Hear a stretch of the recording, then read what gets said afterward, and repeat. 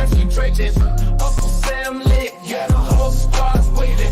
Fireworks popping, no captain, true faded. Liberty Bell ding like the phone flame chasing. BQ grill smoke, yeah, we take chasing. Henny in the cup, got the whole crew shaking. Nothing in the pocket, yet the dream stay saving. From the east to the west, city lights vibrating.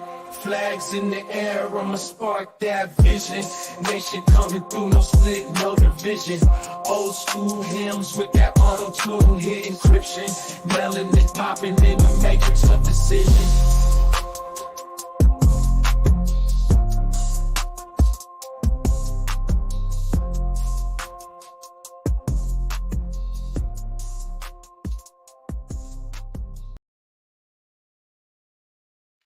Heyo, and happy birthday, America! Hey, folks, good to see you. Good to see you. I see the regulars are already here, and yeah, today we are going to have. I'm going to try to have some fun. All good-hearted, I promise. About Fanny loves. No, not Fanny.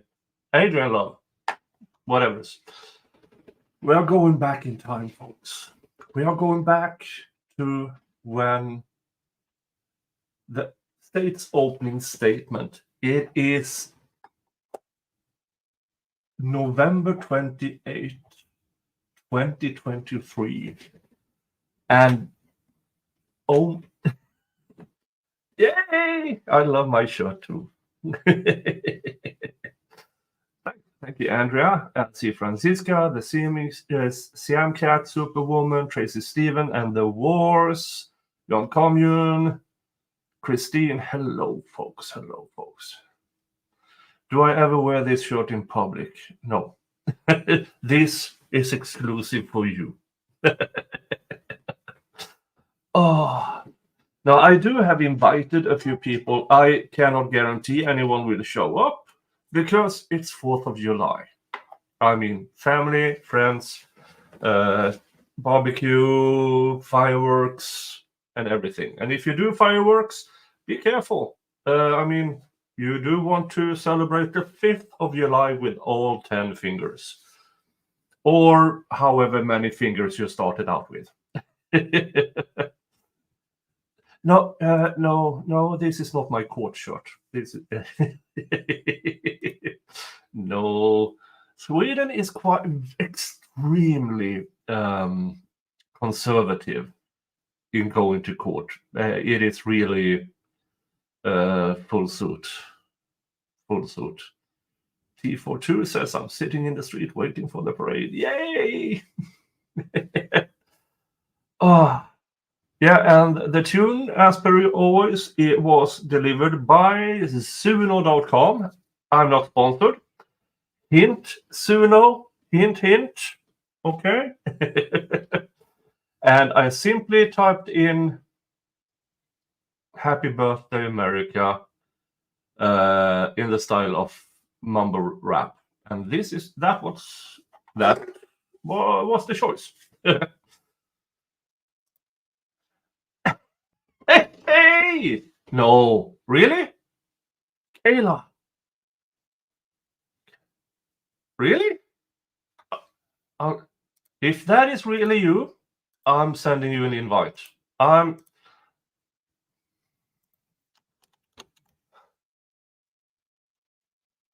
dun, dun.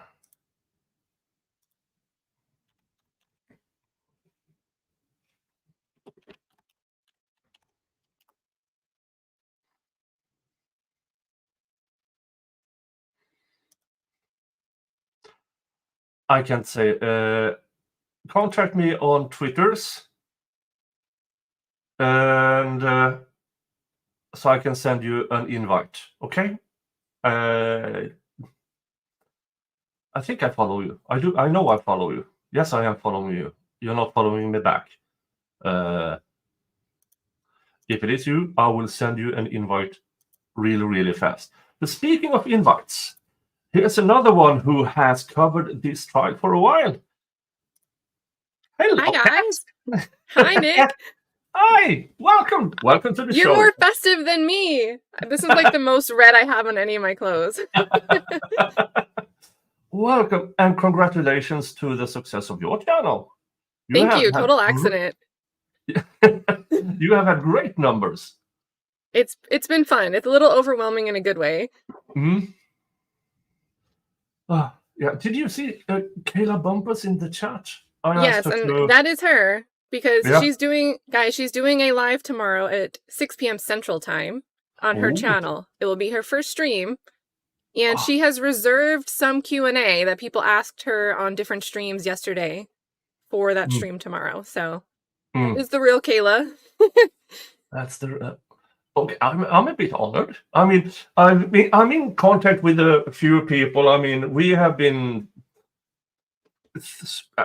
chatting in YouTube chat and stuff, but never actually spoken.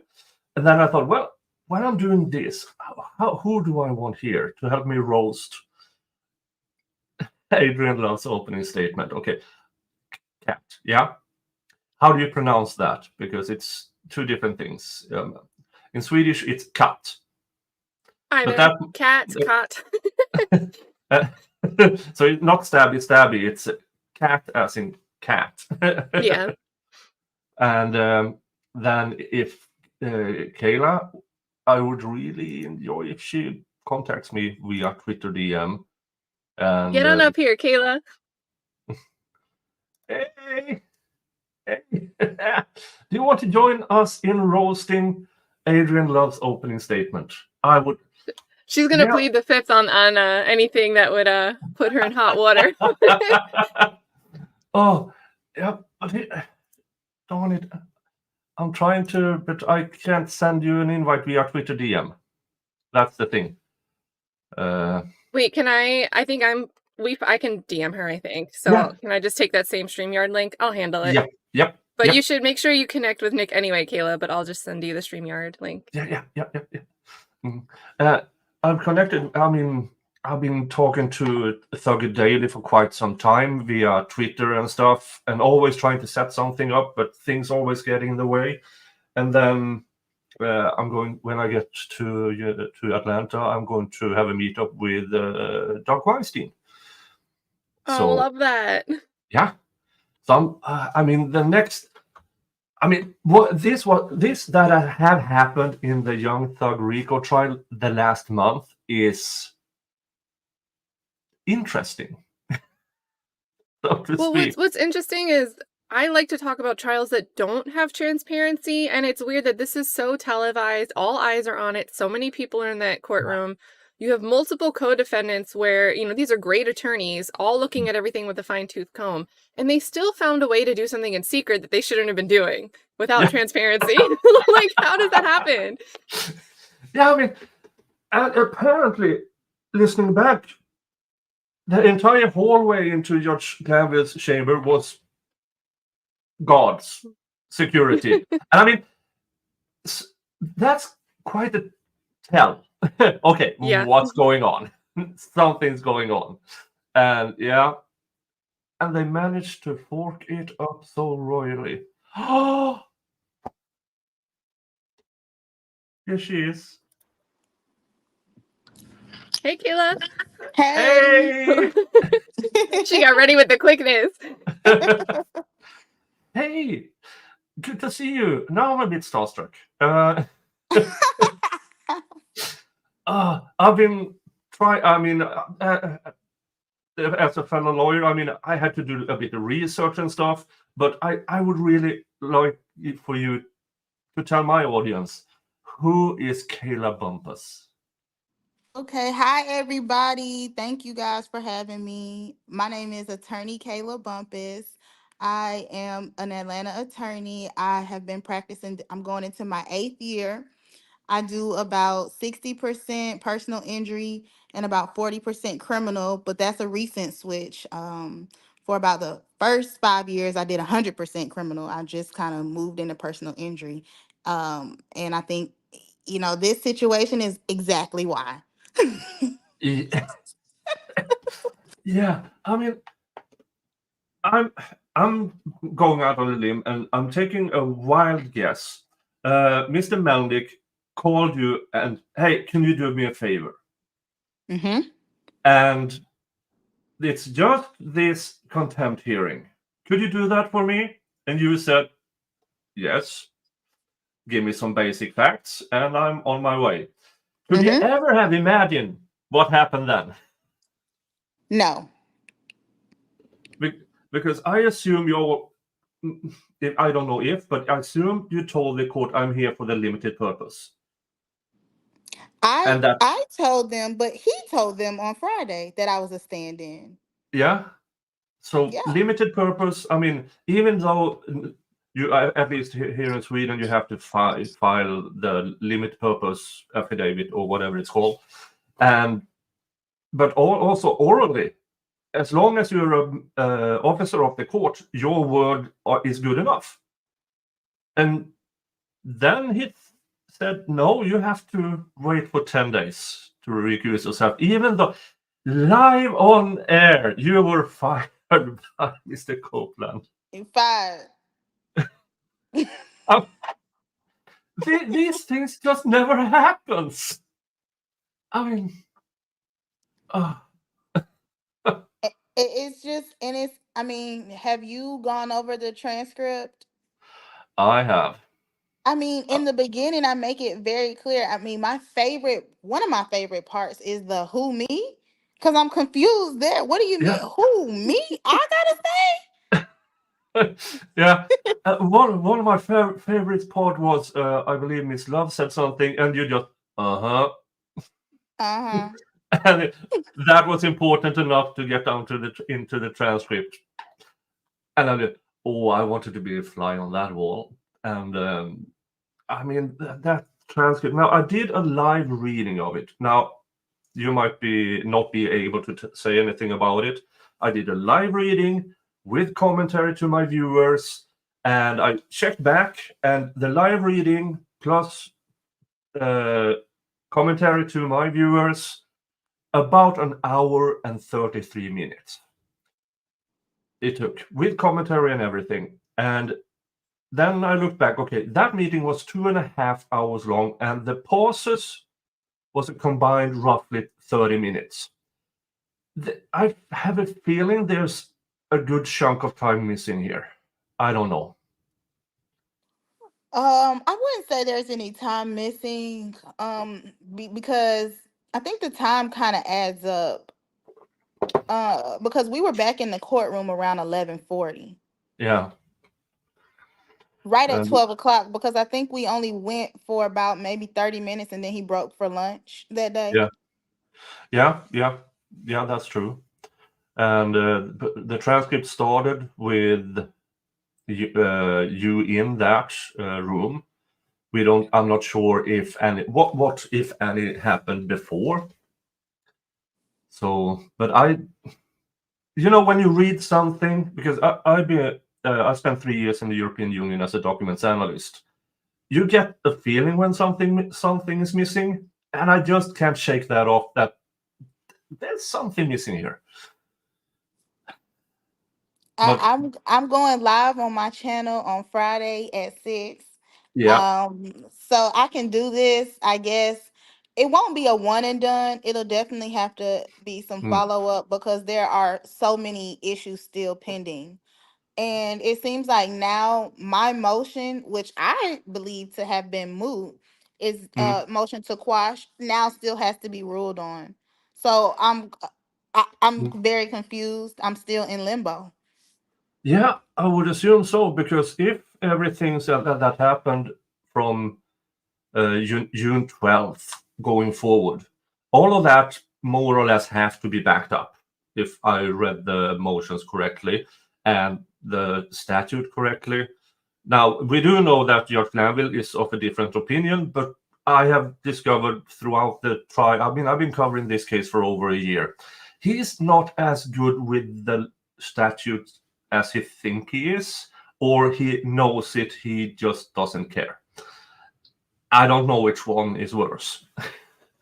I don't know which one is worse. And that's what I keep saying is that's the scary part. I don't really have anything to say directly about him Mm, right now. But what I yeah. can say is one of the most alarming moments in this whole situation was when Ashley Merchant comes and lays the law on civil Oh, contempt versus criminal contempt, mm, reads the statute and yeah. gives an explanation, and he still says, okay, I don't care. He's going to jail. And then he explains it during the ex parte meeting. So Yeah. it's like, how did you use the difference in that meeting, but then throw it out the window when someone's inquiring about it? So Yeah. Yeah, and I mean, I'm trying That's to, yeah, I'm trying to that's what get, had me so scared, is because it's not I never believed I had done anything wrong, but watching that, I'm like, it doesn't matter if I do anything wrong or not. He's going to do what he wants to do. mm, yeah, I mean, we do get these things once in a while here when a judge kind of have a bit too, what do you call it? I can't say it's a god complex, but the notion I can't do wrong because I've been a judge for this long. And Judge Glanville has been a judge for a very long time. Before he went into as a judge in Fulton County in 2004. No, but whatever year it was. Brigadier General for the United States Armed Forces with the responsibility to, on a NATO mandate, to build up a justice system in Afghanistan. I mean, you don't give that to anybody. But here we are. What happened between then and now? And it's, yeah, I can't explain it. He should be at the prime of his career, almost looking at when's the next Supreme Court position opening up. Instead, he's here, possibly facing recusal from one of the most important trials in Georgia history. History. Yeah. And I think And that the problem is, I keep saying this, I had not followed what had really been going on from the beginning, because it's hard to do that and be in an actual courtroom and have actual clients and watch this. you are But preaching to the choir with Nick. He's doing this 100 days and going to court. yeah, I can't do it. And I no, don't. I do not recommend doing what I am doing. The only reason I can do this is I've been doing labor law for over 30 years, and I know what's coming. I know all the statutes. I know what I'm getting myself into. I can bit pick my cases, but it takes a toll. It does. Doing first, 8 to 10 hours of my usual work, and then sit down and stream for a while. Right. But And it's also it can be draining, but so do you go to court a lot? no, I don't do trials. I do the base work and negotiations. My focus is injuries in workplace, safety inspections, and negotiation in big factory closedowns. So those are my focuses. But I do not. I stopped doing. I did that early on a few Right. cases, but I have, according to my colleagues, arresting serial killer phase, and that doesn't go. That's not good in trial. If you are too big and look too scary, that works against you. So that is better in negotiation, being big and looking scary. Now, hopefully, I don't. This is the fun part when I do all of this streaming. I don't look scary. I hope I don't. No, you That's what don't. Mr. My Jingles is for. Yeah, Right. Mr. Jingles is here somewhere. Yeah, yeah, he did an off IF motion and is out the door. Yep. Oh, my poor cat. uh, yeah. Yeah, I hope I will never meet any of you in my professional abilities, but because I much prefer myself like this instead of the Yeah. stoic labor law. I mean, vice rate. Hey, thank you to LegalVices. Hey, hello, Jeff. Diogo, subscribe to both ladies. Good choice. Good choice. Everybody go subscribe to Kayla Bumpus. I believe you need 500 subscribers and Oh, she got it. Oh, oh, you I got it. need already I got got it. it. Yeah. So Kayla, Yeah. now honestly, oh once people realized that that wasn't one of the fake accounts, like one of the ones that was popping up that wasn't really Kayla Bumpus, everyone started finally subscribing. yeah. Yeah, I ain't never really been on YouTube until the past 3 days. So I'm so shocked at myself that I've been able to get so many subscribers in 3 days. Yeah, I mean it's you're the talk of the town, and now you need content, and having that Q&A will be excellent, so you get all the numbers. And I've been doing this for a year and a half now, more than a year and a half. My first month I was horrible at this. So it's a learning curve. We all go through it, and yeah, but I think you will do amazing. And I knew that. Are you on TikTok? Because I saw something about you posting something on TikTok. I'm on TikTok, but I don't have any followers on TikTok. I don't know how to work TikTok. I have but I make videos, and really I have to go on there every day and delete my 5-year-old's videos that she makes because she's made it her TikTok. So at the end Oh, of every day I have to like take this off. What is it? So but I'm trying to build my TikTok. I put my Instagram up there. I'm okay on Instagram. I haven't really been on social media. I have been in Atlanta my whole life, and mm, as everyone knows, I was a prosecutor for the first year of my legal career. But I've never really had a problem with business, with people, and mm, networking. So I've never focused on building my social media platform mm, because I've been so busy working for real in real life. Not to say that other people don't do that, but it's hard to kind of do both. You really have to get to a point where you are established and you have help, and then you can focus on your social media. And most people in my profession have to pay someone to do that, and you Yeah, it's have to not mm, really be the able, person. yeah. So I'm really just getting to the place in my legal career where, hey, I can balance all these things out, and I think mm. like this is the perfect time for me to start doing that. Get your daughter Yeah. on payroll. She knows Yeah. how to do it. She knows how to do it. Up, child labor.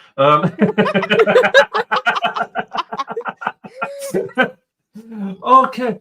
Now this was unexpected because I was going to have this roast about the opening statement in the Young Thug trial. Have you seen before you entered into the business? Have you seen any of this? No, I'm ready. You're right. Okay. And Let's it's see been so here. long for me, and I kind of tune out opening statements sometimes because some of them just. But it's been so long, it's been obviously more than 100 days that this is going to feel like new to me. Mm. Yeah, and let's see here. Dun dun dun dun dun dun. Okay, now Miss Adrian Love. Yeah, we got to Now, teach Kayla how to cover the Law and Crime logo with a little StreamYard overlay. Okay, yeah. yeah, and this is Mr. Jingles in a Viking and a Viking helmet and a suit, and we are all members of Jingles Viking Thugs gang. Just so you know, this is my viewers' fault. They went into this full on. Oh, hello, Jeff. Do you want to see? I will send Jeff a link too. Jeff is LegalVices. He is a Korean-based American lover. Lawyer. Both? Yeah, maybe. uh, Legal. Where are you? There you are.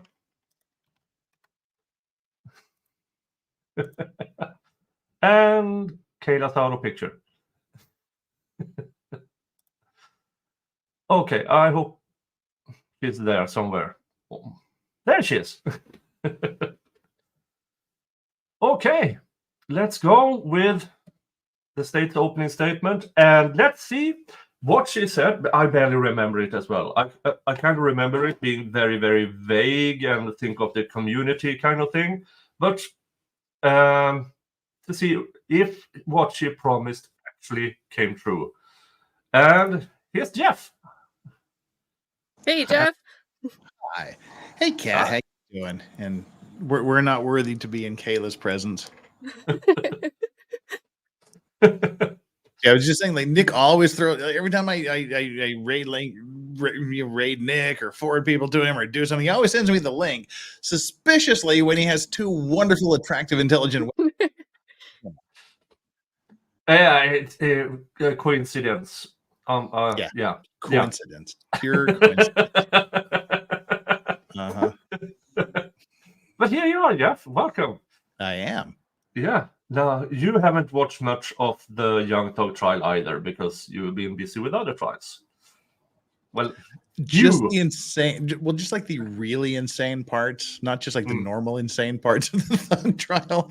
Of course, you know, we all watched Kayla explain why she really doesn't represent the guy anymore, only to be told, yes, you do. you can't quit. I mean, please. God bless Kayla's restraint as a human being. I mean, I was. Oh, I think you're muted, Kayla. No, she's like Woody. End. She's got to learn to read lips. Yeah. It might be on your headset or microphone, something, because it's not on StreamYard. Or just using stress. Just use sign language is good. Yeah. Well, once Miss Love comes into the picture, I have a few signs. Did it work?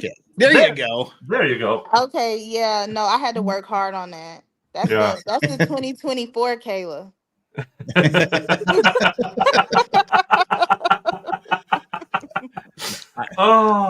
I was just watching that whole thing unfold. I'm just sitting here watching, thinking, I would be over that bench. They would be pulling me off of the judge at some point. So God bless you. Well, they say, I mean, it's so crazy. The internet is torn over that. Some people say I was so nasty. Really? Yeah. No. They've certainly never met me. No. I mean, my biggest concern in going to Atlanta in August is that if either Miss Willis or Miss Love sees me, I'll be put in jail because I might have words. You're part of the RICO now. Yeah, I'm part of the RICO now. That's what I tell people. If you wear green, you're part of the RICO. If you sit with the family in the courtroom, I told my mom, I said, "Oh, you YSL Kim now." Or that one witness that was like, "Oh, lifestyle was a banger. Like, must be part of the RICO now." RICO. Oh, which is quite funny because most of the time, Miss Hilton and Miss Love are color coordinated, and more than once in red or green. Christmassy. Oh, what was it? It was in the testimony of Slug, I believe. They worked hard on the Bloods angle while wearing red. And I'm like, they don't see the irony here. Well, what are you? You're wearing blue and red right now. Yeah. Right. Yeah. Well, I am part of the Mr. Jingles Viking. Speaking of, here he is. Hello. What's up, Jing? Here is our supreme leader of the Mr. Jingles Viking Thugs. The way the eyes are like sinking into the scratches. Well, either that or he's plotting my demise. Hello. You can sit over there. All right. We are only half an hour in, and this is the roast of Miss Love's opening statement. Let's go. And the names of some of these people involved are hilarious. Oh yeah, the names. Yeah, you have.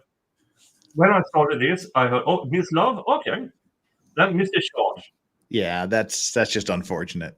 Yeah, and then you have former ADA Sprinkle. I liked Bean. Yeah, Bean. Yeah, Bean. Right.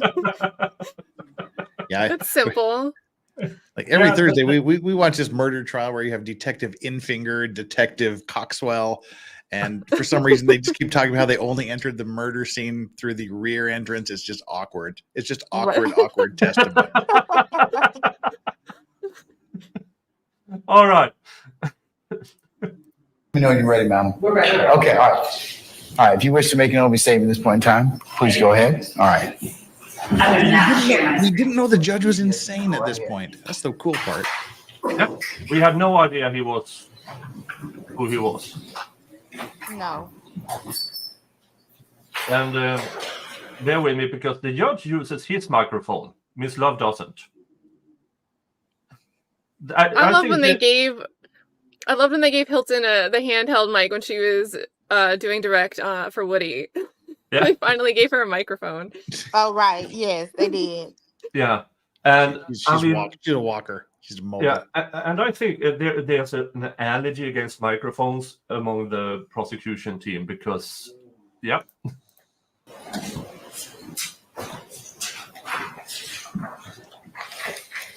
You know, the judge is just playing Minesweeper right now. This is the law of the jungle. As old and as true as the sun. Did it like 2 words in. I could never say that in a trial against black rappers. I could never utter those words. I would be so canceled. Of the jungle. Wow. Yeah. Did she say? Did she like? Yeah. Okay. Christina Weaver's like, oh, I gotta type that. I mean, like, I always read my opening statement to my family. I don't know. That would have passed. Yeah. And now imagine me being the prosecutor in this case. I'm the whitest person on the planet. This is 1,000 years of Scandinavian inbreeding. No, just no.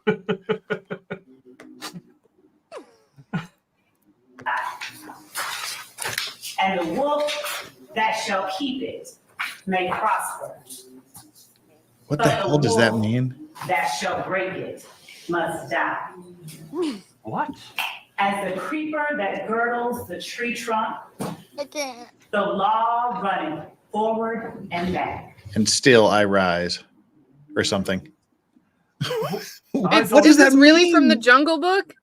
I googled the quote and it says it's from the Jungle Book. Oh no, it is not. It is not. With Rudyard Kipling. It says he uses the term to describe an actual set of legal codes used by wolves and other animals in the jungles of India. Oh my lord. Okay. I wouldn't survive going out of this courtroom. I would be jumped by the security if I did this. Quoting the She's Jungle not Book. quoting from the Jungle Book. Oh my lord. I don't know what she's quoting, but I just know there's no way on God's green earth I would survive with an opening like that against black rappers. I mean, Well, I'm confused. I don't even know what she's talking about. I don't either. Because she's reading the Jungle Book. What? I just put a link in the chat. I'm not kidding. Oh no. This is wrong. Uh,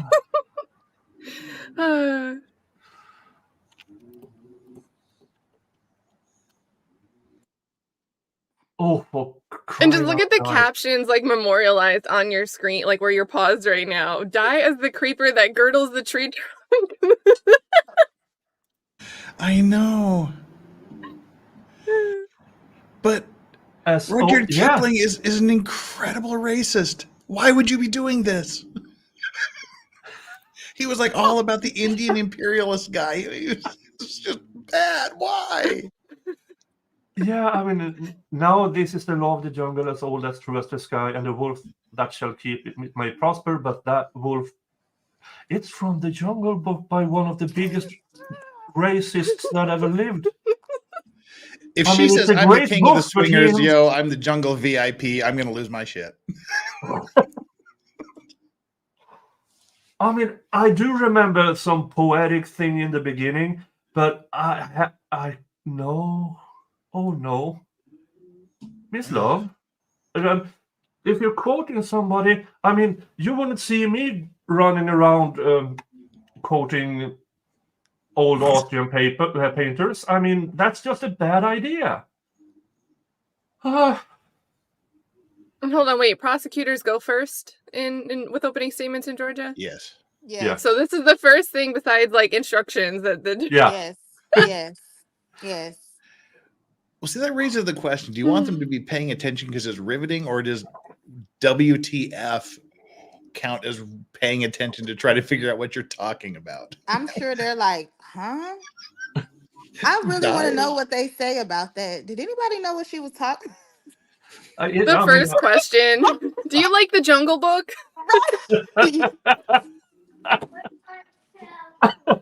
What? Is this poetry night at the local open mic?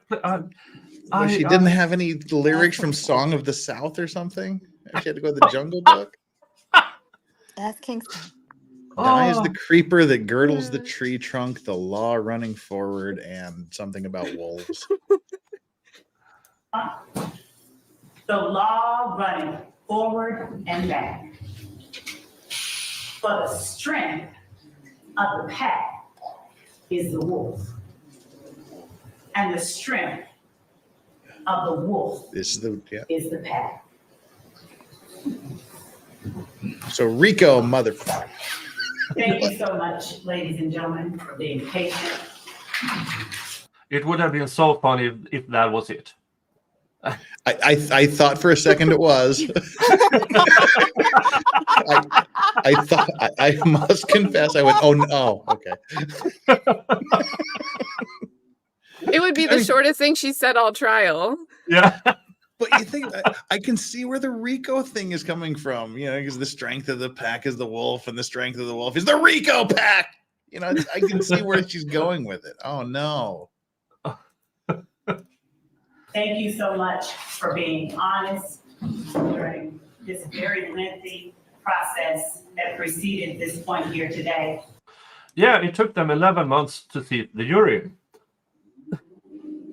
There are people in that jury that were, I think, on day 2 of jury selection. That is the oldest, and that is from January 5th or 6th of last year. So she was you were in the jury, and then Can you imagine? she was seated November 25th, and the trial started November 28th of last year. And she thanks him for being honest. Can you imagine if someone really wanted to get on this jury? They probably regret that now, but they really wanted to. They thought it'd be an interesting case. They wanted to get on it, so they were a little bit deceptive during voir dire. And then the first thing she says is, "Thanks for being honest." Yeah. Thanks for being honest. You will be in that seat for the next 8 months. Well, we have to give Ms. Bumpus the lawyer question. Voir dire, or is it correctly pronounced voir dire, like we do in Utah? Voir dire. What? Okay, Yeah. you're in the middle. Yeah. What year? You split the difference. If you just want to make lawyers fight, ask them how to pronounce that. That'll just start any lawyer fight. Or Jury selection. there's prima facie, prima facie. There's 10 different pronunciations that I've heard. Yeah. For prima facie, facie. It's Prima French and facie-itis it's goes to your Latin. What about dermatologist. pro hoc vice? Is that right? There you go. That's where That's where how I say it. Yeah. That's the only one I get right. Oh. Pro hoc vices. Change your name. Yeah. Yeah, pro hog. Vices. I wish I would have thought of that 2 years ago. Damn it. Oh. During the voir dire process. During the Vader process. I appreciate you all. Wait, what? No, It's just bad captions. The No. captions are good during the Vader process. captions are a bit. That's entertainment as well in this, and It's proof she's a Sith Lord.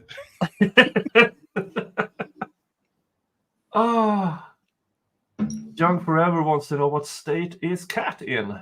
Oh, I'm a Floridian, but if I say things a little weird, there's still a little bit of New York accent that comes out sometimes. She's in a state of confusion right now. Well, most New Yorkers end up down here anyway, so sometimes I go out and there's more New Yorkers than people without New York accents. The Vader process. We found Palpatine's sister. Oh God. Oh, this. I did not expect this dream to take this turn. Why couldn't this case have been given to Judge Manning? This would have been over by now. She just whoop their asses and go, sit the fuck down and get down to business. I ain't got time for this. Oh. Yeah, welcome to the 6 month. I mean, pre-trial, one of the last pre-trial, the prosecution tried to say 6 to 9 months. And the Judge Glanville said, no, 6 months. You could conceive a child in the time they expect to have this. Someone did. One of the attorneys did. I think it was Nicole. Didn't YSL Nicole have a baby? Yeah, Nicole Sagan. She had a baby. Yeah. The baby. Like, that's how long this has been. Really, though.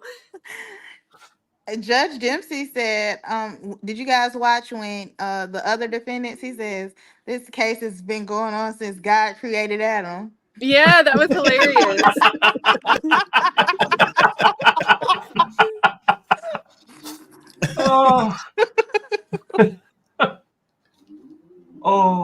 I mean, when I started covering this case, I wasn't completely gray, and yeah. Well, what you made the commitment of a lifetime. You said, "I'm going to cover it gavel to gavel." Yeah, they're down to what? 2 alternate witnesses now. How many alternates do they have left? Not many. Oh no, I know that one. They lost 3, so there are 3 left. But they lost 3 in like the first 2 months. Since then, the judge has been very adamant in giving pauses and breaks and everything. And I saw Thugger Daily did a breakdown of the first 100 days of trial. That was crazy.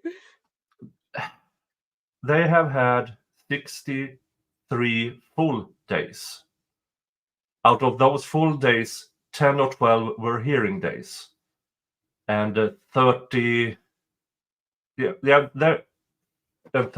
something half days, which means that timing, actual days, I think they have 59 days off in this trial. No wonder it's going to last forever. And yeah, I promise. Oh, it's not going to last forever. They're going to run out of jurors before they run out of trial. I guarantee you. I mean, for you who don't know, Woody is witness number 84 out of 206 in the state. Oh, they whittled it down from 700 something to 286. Yeah, I mean, the judge actually forced and this is it's so tragicomical that he forced them from 774 down to 400, down to now 206. And these are the most essential witnesses that has been going on for the past month and a half. And they called 2 people from Hertz to testify about which car Mr. Williams rented. 2 people from Hertz, the renter and his manager, to explain what is this gold member thing and everything. And then in the end, and they sat on the stand for a combined 9 hours about his damn car he rented. And once they went through on the cross-examination, Mr. Williams isn't a gold member of Hertz. So they went through all of it for nothing. I said, what? No! And these were the witnesses that survived the cut from 774 to 206. 2 people from Hertz. And if they were like fact witness, not an expert witness, they don't even get paid to be sitting there for that 9 hours. Those people weren't getting paid to be there, were they? None of them even worked at Hertz anymore. But they worked back then in 2015 when he rented the car. Oh my gosh. And A mess. Oh, thank you, Superwoman, for your $20. Talk about the jurors, Kayla. I'm not sure if Kayla can, but I mean, we do know the rough estimation on the age and ethnicity and gender. I believe there's, what was it? I had a breakdown about it. Yeah, I'm that was gonna long. say when 7 they months. came out, I was very shocked. Okay. That, of course, I didn't realize. I mean, I was so consumed in what I had going on, I didn't realize I didn't know what the jury looked like. As many times as I walked in and out that courtroom, I guess because no one can see the jury. Yeah. So as many times as I had walked in and out that courtroom, but when I actually saw them, I was like, oh shit. Oh. Okay. But on day 2 of this trial, they doxed the first row of the jury. So the camera just panned a little bit much to the left, and there was the first row of jurors. Right. And they never told them. But I do, if I remember correctly, there are the jurors, now there are 3 gone, but at the start they were, I believe, 9 women, 6 of them black, 3 of different. The men were 50-50, I believe, the rest of them black or white, if I remember correctly. Now, with 3 gone, I don't really recall. And yes, this is the best thing about streaming. People will know. 9 women, 7 black, 2 white, 3 men, 2. Okay. Yeah, that is 12, but then you have the alternates as well. Thank you, Krusty Cobblepot. It's a funny name. Yeah, but this is the best part about streaming. You will have an audience that corrects you, knows stuff, and I love that about streaming because I get things wrong once in a while, and these people will correct me all the time, and I love that.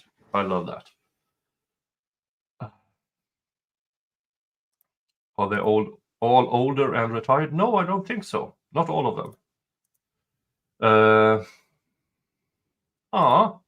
Army nurse Miss Bumps, you are my hero. Thank you.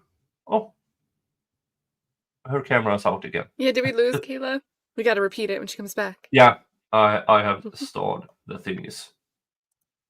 So when she gets back, she can. Yeah, but I need to fill up my coffee. So let's listen to a few more minutes of the opening statement about the Vader process.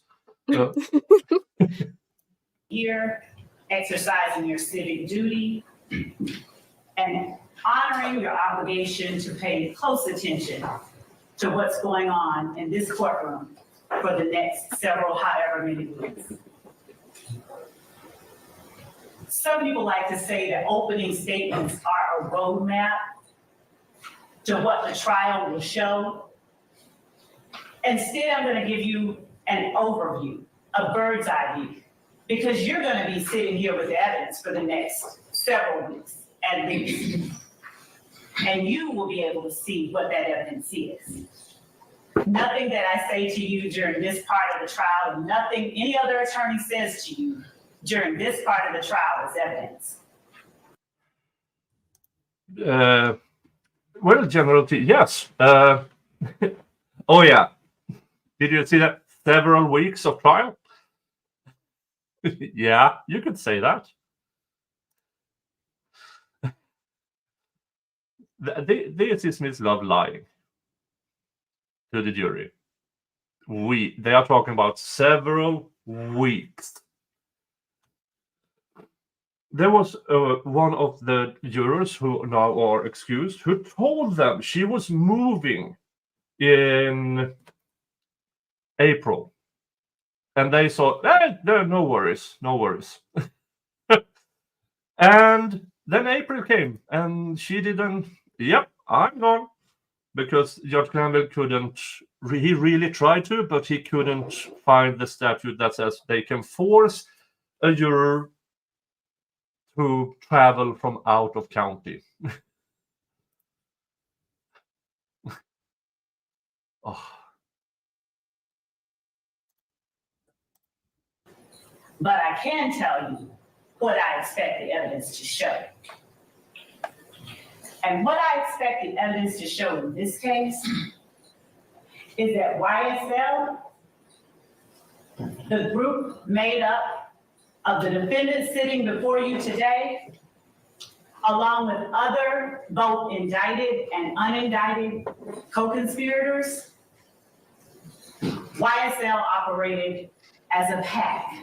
Yeah, it's always those unindicted The quote co-conspirators that I you read got to to watch you out for. earlier is from Yeah, and I have lost count on how many there are unindicted co-conspirators, because in principle, everybody who waved at a YSL member is an unindicted co-conspirator, according to the prosecution.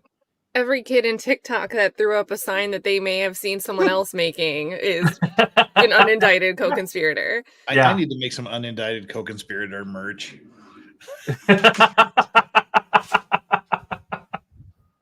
Speaking of merch.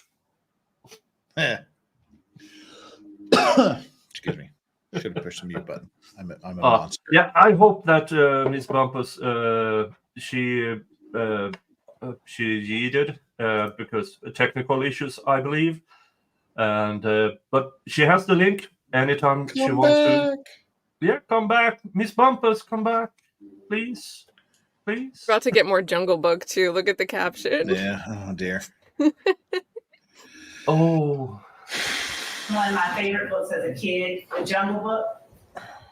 Written by one of the biggest racists that ever lived. Congratulations. One of the biggest supporters of the imperialist domination of India. Look at her by face. the UK ever. Yeah, she's really, really happy about that book. Nick covering this trial is an unindicted co-conspirator. Yeah. Just the bare necessities, the good old bare necessities. Oh. In case anybody recognized it, those were Rudyard Kipling's words and not mine. Oh, But they are we knew. appropriate Well, now we know. for where we are today. For 10 years and counting, This trial has the been group going calling on. itself Young Slime Life dominated the Cleveland Avenue community of Fulton County. They created a crater in the middle of Fulton County's Cleveland Avenue community that sucked in the youth, the innocence, and even the lives of some of its youngest members. The what is a ute? It's past tense of yeet, I think. They were uted. Yeah. Now, the defense has been trying to call her out on this through witnesses throughout the trial. When cops say, they ask the question, well, this area around Cleveland Avenue and stuff like that, is that a poor part of town? Objection! Sustained. It's Well, full of the pores. I mean, I wish that Kayla was still here. She could explain it a bit better than I can, because I'm too white.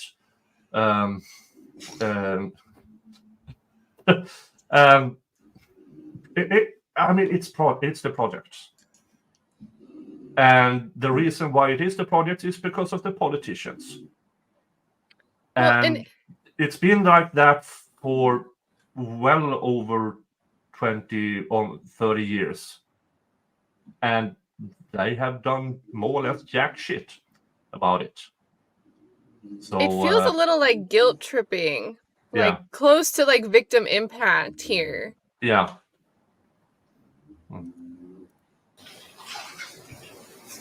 Now, the evidence is going to show that this group started out as a group called Rock Crew. No, because who was it? Was it Slug? No, who was it? Oh, never mind. Who was an original rock crew? Who on the stand explained, no, they cannot have been raised on Cleveland because they never lived on Cleveland Avenue. He tried to explain that to Miss Love.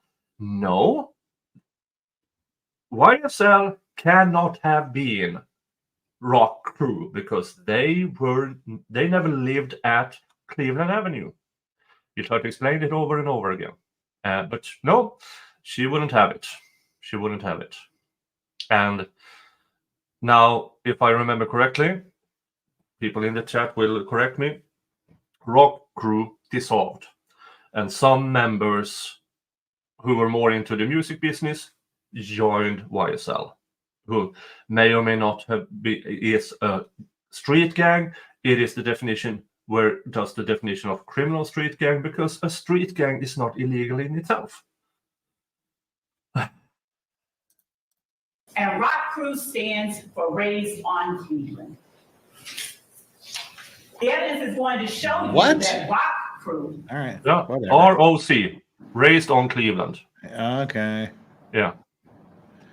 And the one person from Rock Crew that has testified so far says no, because they cannot have been Rock Crew because they were not raised on Cleveland. In fact, is a criminal street gang. It's not the kind y'all are used to. If you're more familiar with the national gangs, such as the Bloods and the Crips that operate in LA or in Chicago. But make no mistake about it, Rock Crew is and was a gang. I don't think Rock Crew exists anymore, but in Yes, name House only. is. Yeah. Yeah. Oh, and later on, they try to, in one of the testimonies or whatever's, there's hybrid gangs as well. What? And a They hybrid- plug themselves into the local convenience store or what? Yeah. What's a Yeah. hybrid gang? Sounds A like an hybrid gang oxymoron. are people who are not in the gang, but affiliates with gang So members. they're hang-arounds then. Yeah. Yeah. All right. Yeah. Yeah, but still not officially, because apparently YSL doesn't have any initiations, nothing of the sort.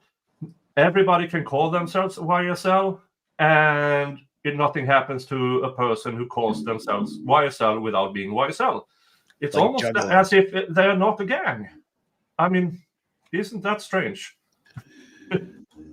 They're the juggalos. It consisted of 3 or more members with common identifiers, signs, colors, linguistic choices We're 3 right now, guys. that committed crimes We on need a behalf sign. of and in furtherance of Rock Crew itself. That particular organization the aligned mouths of itself 2 or 3 under witnesses. an umbrella of a larger, more traditional street gang called Sex, Money, Murder, Bloods.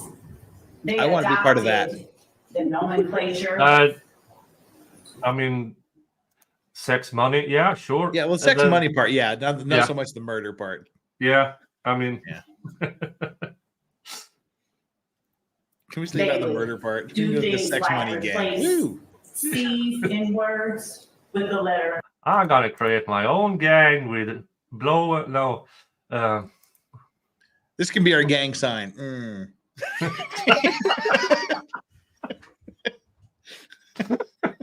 Sorry, I'll behave. we are all a part of Mr. Jingle's Viking Thugs. Just so you know it. B, because traditionally Crips and Bloods were not aligned with one another. So You Cleveland see? Avenue became Cleveland. Oh, you have heard that in the Melly trial. Oh yes, that's all. We're all over the YNW Melly shit now. Yeah. Yeah. Change all the C's to B's. Yeah. Yeah. Yeah. This is such. She's just. I might have called her a bunt once or twice.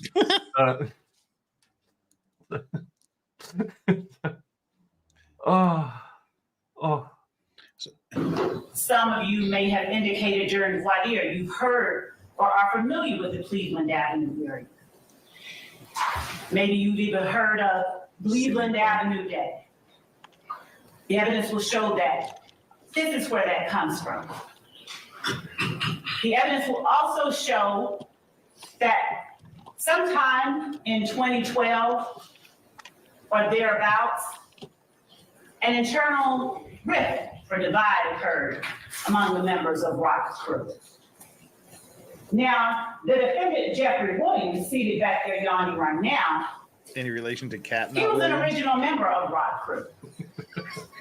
And the kind of crimes that Rock Crew did consisted of.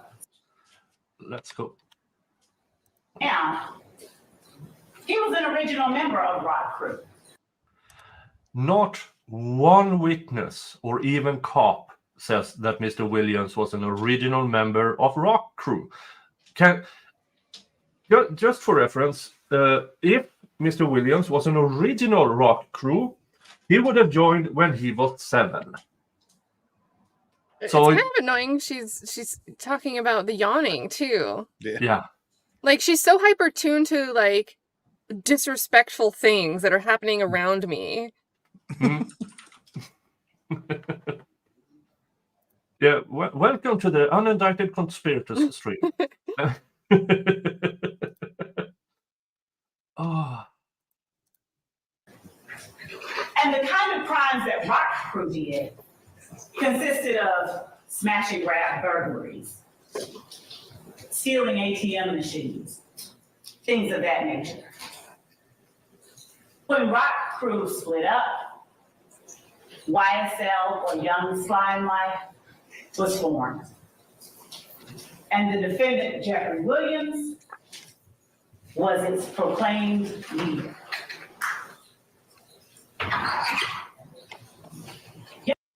Oh, I have to say this. There's one person missing among all the defendants, and that is YSL Mondo. Mm-hmm. And for you who don't know who why is that? What? Why is that? Why isn't YSL Mondo one of the Mondo. self-proclaimed founders of YSL? Why isn't he in this trial? Well, a few years ago, his defense attorney was Fannie Willis. Oh. Yeah, isn't that weird? The person she represented is no part of this anything, even though he self-proclaimed founder of YSL. Isn't that strange? Now, it's almost as if my leading theory about everything about this RICO case is, how did Fannie Willis find out so much about the infrastructure of the YSL?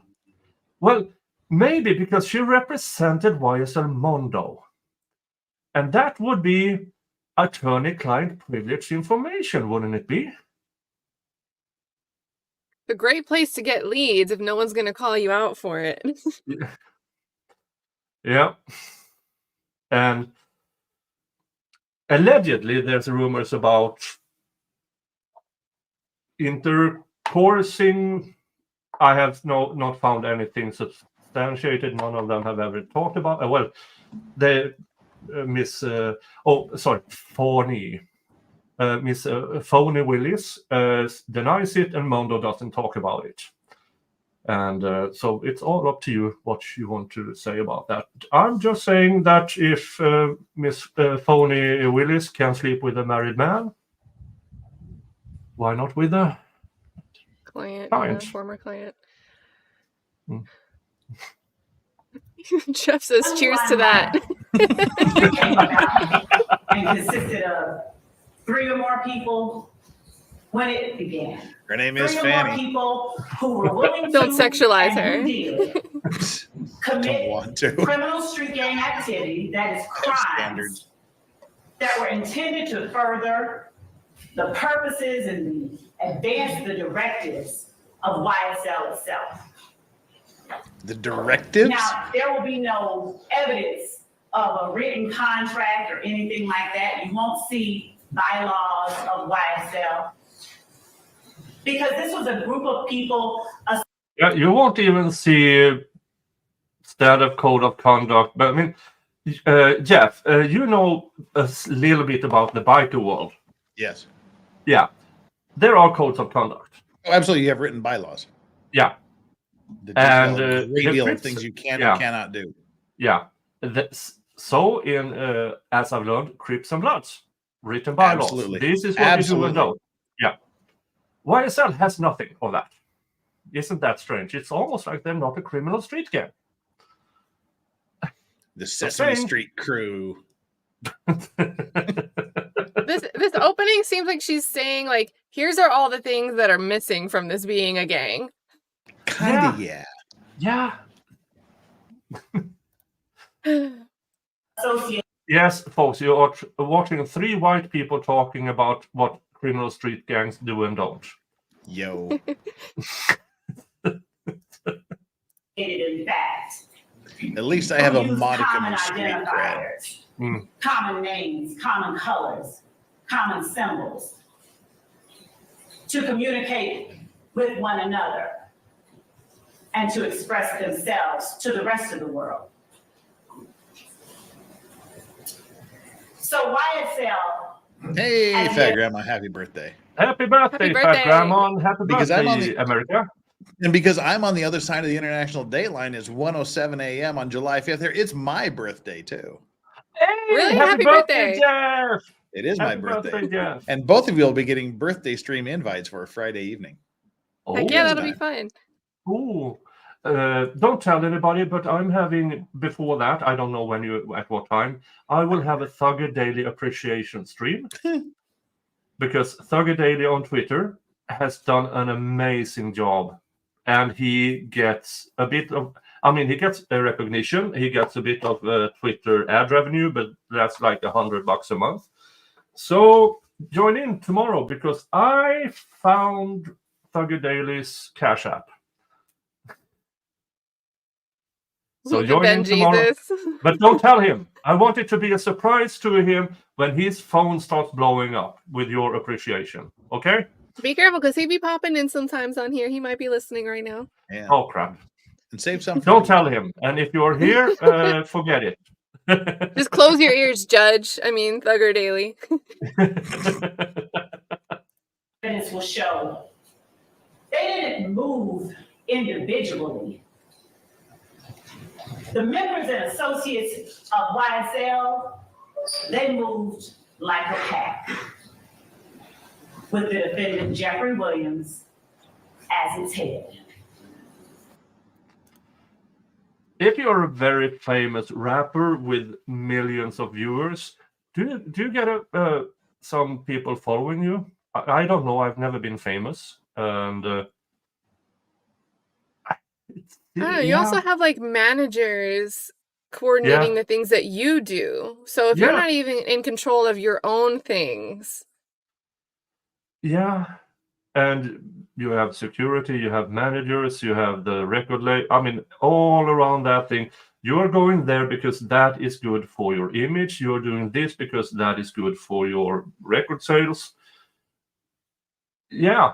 So oddly enough, YSL Music label was bought by Sony, wasn't it? They're all unindicted co-conspirators. All of them. bring down Sony, Miss Love.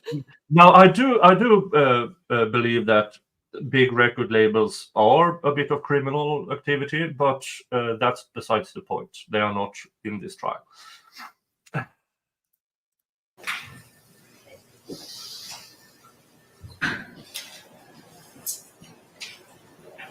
You'll hear from witnesses. I'm I'm not a rapper. I did a live reading of 2 of Mr. Williams' songs with That makes you a different rapper. music. No, it was just a live reading back in December, and yeah, You're a yeah. rapper. That's just it. There were a few words I couldn't say because I would definitely have been yeeted because somehow this face doesn't go along with some of the words in. If Eminem can say gangster rap. abra abracadabra, I'm about to reach in my bagra. You're a rapper, Nick. You're a rapper too. Oh. Both law enforcement and lay witnesses.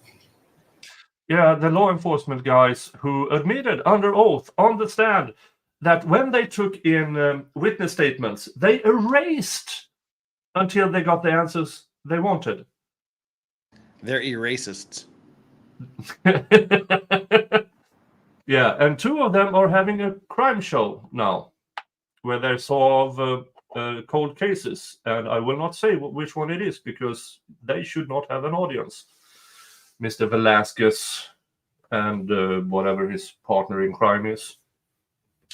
Yeah, it was Mr. Velasquez who on the stand admitted that when he took down witness statements, if he didn't believe them, he erased the recordings until he got an answer he believed or that fitted his theory of what happened. That recording, that one he kept. There's another word, there's another saying for that. It is evidence tampering. And the defense even then on the following cops who took the stand, they asked the question, have you ever erased a witness statement? No, that would be evidence tampering. Yeah. Who, us? Who personally experienced and who personally witnessed the activities, the crimes that were committed. You will hear from law enforcement officers like Kimberly Underwood and Tyrone Dennis, whose main goal wasn't to go out in the streets and lock up people who look like them. It was actually to touch souls in the streets, to touch young people. Don't touch young people. God, that's weird. Do not touch young people. Yeah, don't touch young people. No, do not touch young people. Even if you're a Stay cop, away. that's Disavow. bad wording. Disavow. Of the dangers and the drawbacks And stranger danger. of becoming a part of and becoming involved in gangs like YSL and Rock Crew. What's going on? You'll hear about conversations with educators. You'll hear from Sigh. members and associates of the gang itself. Yeah, they've got a few people signing plea deals and who are testifying in this. I mean, Woody is on the stand now, having the time of his life. The prosecution tries really, really hard to indicate that these people are scared of the YSL. No, especially not Woody. He's not scared of anything. I mean, and same with Slug, same with the other people. Do you think when they arrested Woody, the cops like, hey, got wood? Oh, now Woody, Mr. Copeland, was, I believe, top 10 most dangerous criminals in Atlanta at one point. So yeah, he's not scared of anyone for reasons unknown. But he got a plea deal and is walking the streets. So is the other of crimes. Yeah, it's so stupid. Now, as to how those members and associates will respond or act once they're actually in court and on the stand, that's something that I am truthfully not able to predict to you fully. But the court has given you instructions on determining and judging the credibility of the witnesses. And I trust that all of you will in fact follow those instructions. And if you don't, they will hold secret ex parte meetings in order to get that done. And here we are now with Judge Glanville semi-deeded from this trial. We don't know yet. We are waiting Judge Crouch. I don't know. I don't remember her name. Rachel Krause. Krause. Thank you. I think That's the name. When you say couch, I always think of was it Amber Heard that was like their safe word? I thought Couch, he said, couch. yeah. Yeah, that's the weirdest thing ever. Couch. I remember that. Wow. Couch. I thought No, Nick said crotch. I was like, what? It's the accent. I know it's the accent. It's like when I call out Mr. Glanville, Judge Glanville, for being a fucktwat. I mean quad and nothing else. I mean, it's the accent. I promise. I promise.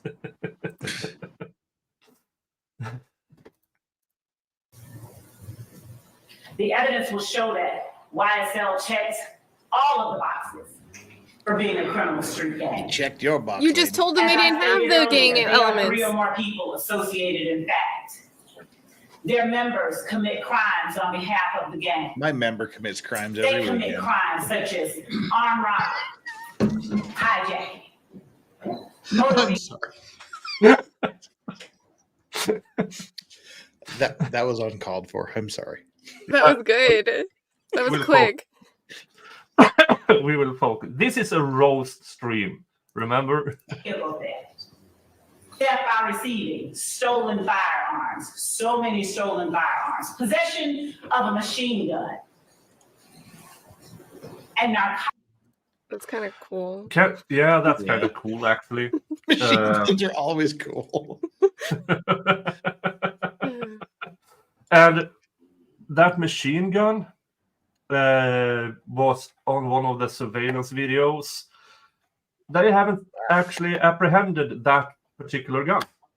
They don't actually know if it's a machine gun or not, but they call it just like they call every type of gun that has a bit of a bump stock, an assault rifle. Weapon. Yeah. Yeah. They should ask him. They should call Machine Gun Kelly as an expert witness. He'd know. Sales. And last but certainly not least, murder. Yeah, and that is the murder of Donovan Thomas. This is the part of the trial that we are currently in that caused all this trouble because Woody, Mr. Kenneth Copeland, is the one witness that puts any of the defendants remotely near the scene. What? I have a question. Yep. You can, feel free to say no. Hmm? Feel free to just tell me to not be so ADHD. But you talked about this being a roast. I saw one of the funniest roast things I've seen in a long time today from the 2011 roast of Donald Trump. Yeah. May I show it, or would you just prefer we didn't show it? I've tried one of these before, and I got demonetized really, really quickly. So please don't. It's a very short. Okay, all right. Yeah. I got demonetized from like a 1.5 second WWE stream that someone shared on one of my streams. This is from it was like instant too. I will put it in the private chat and you can decide what you want to do with it. But oh wait, Woody's live right now? Hold on, I'm gonna pull that up and see what's going on. Is Woody live? He's hilarious. I can't even lie. I don't really even feel bad saying it. I mean, he is doing his 15 minutes of fame now. He is, he claims that he's currently negotiating a movie deal about his life. I mean, he's doing all the right things because he's on the stand, having the time of his life, and of course he's going to monetize it. Why wouldn't he? Wouldn't he? Nah. Yeah. Right. I put the link in the chat, Nick. You can look at it and see if it's something you want to watch or not. It's just a roast. It's funny, and I laughed. And it deals with rappers.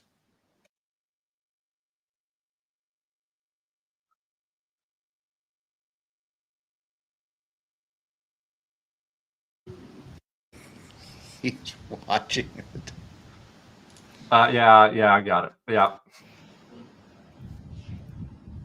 He's playing it. Yes. You've got a pimp, a murderer, a drug dealer, a pornographer, and then 8 white people.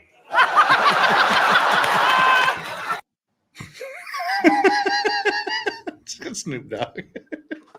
I saw that today and that was like hilarious. I watched that about 50 times today. So Oh. Yeah, let's see if my channel survives this. it will. What you will not hear Is anything about any real evidence? is that the defendants were not involved in a criminal street gang. You will not hear that they were not. You can't prove a negative, you cow. You'll not hear any evidence they were not part of a street gang. Yeah. Prove a negative. Go ahead. Give it a crack. Emphasis on the crack part. Yeah. I mean, it's you I mean, it's so stupid. That is This live is ridiculous. Woody's got his shirt off, roasting with Teddy Nash, telling him he don't got no 6-pack. No. Oh Dear. Oh yeah. I mean, Woody is doing everything he can to monetize himself, and he's doing a great job at it. Why not? I mean, yeah, why not? This is not 15 minutes of fame. He's been on the stand for a week and a half before this fustercluck happened. And of course he's going to monetize off it. Will not hear any evidence that they did not commit crimes on behalf of YSA. Yep. Submit evidence you did not commit crimes on because I fucking didn't. I mean, this goes against the fundamentals. Burden shifting. Yeah. Prove you didn't commit it is what she's saying. Yeah. And it's allowed. It's so stupid. My dream scenario before this Judge Glanville yeeted off the bench was that after 16 months of actual trial, they walk back and comes back after 45 minutes with a not guilty verdict. I would laugh so hard. I would laugh so hard as a final F you kick in the butt. We're out of here. Go screw yourselves. Let me go home now. Yeah. And as I stated to you earlier, what I'm saying to you now is Let me object to that statement, please, as burden shifting. Object basis? Burden shifting. And under Parker versus Yeah, okay, the good. state, See, I am a real lawyer and I do know things occasionally. 277. Why don't we take that up and 39. I'll note your objection. I'm sustaining the objection. Once you Yeah. Okay, that was okay, Nick. Just looking there front and center, I've finally seen someone whiter than you. There's like that's like Edgar Winter. Edgar Winter is there. Yeah, I don't remember her name or his That's name. her? Oh my god. Yeah, I think that's a her. It might be him. I'm not entirely sure. It looks like Edgar Winter, but anyway. I believe that is an actual albino. I'm not sure. And Should it's not Ian Runkle doing time traveling. And the person making that objection is Mr. Harvey. Mr. Harvey has a rule in Atlanta court. It's called the Harvey rule. If there are more than one defendant and one makes an objection, it is, unless another attorney don't want to be a part of it, they have to speak up. That's the Harvey rule. As in this, there are 6 defendants and more than 6 defense attorneys, one objection is an objection for everybody. That's the Harvey rule. And but more than once, they all stand up and object, and Judge Glanville becomes so angry because he says, "You have to wait for somebody else," and I'm just like, "No, they don't," because Harvey's not allowed to object on his own. Yeah, but because there are 6 defendants, each have their own lawyer. They can't wait for somebody else to object, because then the question might be asked and answered before they have time to object. So they stand up. Superwoman 69 says Grandma Slime is her nickname.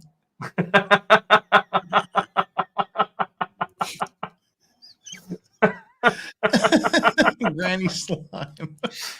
And David Nelson's old, so he knows who Edgar Winter is. Yeah. Yeah, Attorney Harvey is somewhat of a legend. One of the last pre-trial hearings, he had a 30-minute lecture about the Second Amendment and how this about felons not being allowed to own a gun does not have a historical foundation. And it was an amazing speech. And Judge, the only thing he could say back was, "Well, this is the statute we go by." So yeah, owning a gun while being a felon is still illegal in the state of Georgia. But when I get to Georgia, to Atlanta, I really want to meet Mr. Harvey, because it said, "Why are you going to Atlanta? Why the hell are you going to Atlanta?" I want to be in that courtroom. I want to see Judge Glanville in the eyes and see if he recognizes me. I want to see. Nice knowing you, Nick. Yeah, I want to go into that courtroom and see Miss Love turn around and recognize me. Turn around, brother. He's gonna file a motion in limine mid-trial while it's paused about how she wants to order Glanville not to let N.Starow in the courtroom. Jeff, did you see that? She filed a motion in limine mid-trial asking the judge to stop sustaining so many defense objections. It was 2 weeks. It was right after Brian Steele was held in contempt. She filed this motion randomly. That's not how that works. Right? What? Yeah, and this was after with the written motion of recusal of of Judge Glanville. So I guess their notion was, well, we have to do something too. Yes, that's exactly what it was. Don't sustain their objections, Judge. And it was to leading questions. Yeah, and don't sustain their objections to our leading questions. I mean, it's. I might enter Atlanta, Georgia. I might stay there for a while. It depends on the current mood of the prosecutors in this team. You might find me in jail. And if that happens, I'm going to grift the ever-living fuck out of that one. Yeah, we'll get your bail. We'll get your bail covered. I might have a connection. Gigi sent out the call already. Yeah, if you're there for 90 days without a bond hearing, we will get the ACLU on it. We will be there. Yeah. Rephrase, madam. How do you rephrase a burden shift? You don't. You move on. Yes, Your Honor. Just rephrase it. Ladies and gentlemen, I'm going to explain to you at the appropriate time, ladies and gentlemen, what the burden is in this case. Remember what I told you earlier? Now is the appropriate time. When she's dead. To prove. Look at her nodding. Presumed innocent. And it's only until you hear evidence that you decide is sufficient, and I'll instruct you on how you're supposed to do that at a later point in time. Okay? What? Okay, that should have been a the jury doesn't get to decide the standard either. No, the standard is the standard, and the jury gets to decide if the evidence is sufficient to meet that standard. Like he kind of muddled that too. Yeah, this is basic law. This is if it's not week one of law school, it's year one of law school. What is the burden of proof, and who has the burden of proof? Dear Woke Christian, he says pre-K law student. This is like pre-K.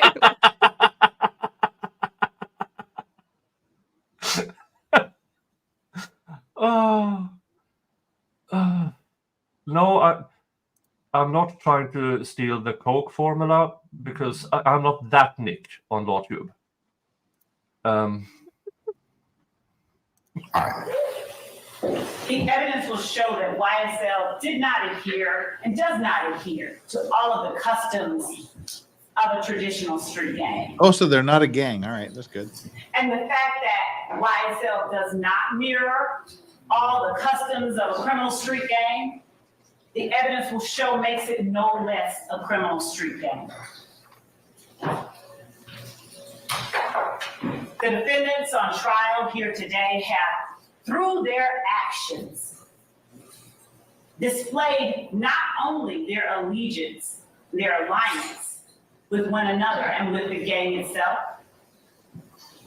Through their actions, they have displayed an unspoken agreement to participate in that gang. Yeah, the Georgia RICO statute is that in order to prove in furtherance of and part of a criminal street gang or a criminal enterprise, that agreement can be both spoken and unspoken. Yeah, it's that vague. Spoken or not spoken. Yeah. So it's more or less, hey, Sexy lady. Yeah. Gangnam Style. Sorry. What? Yeah, it's that broad, it's that vague. That's no broad. That's the prosecutor. Through a pattern of illegal activities.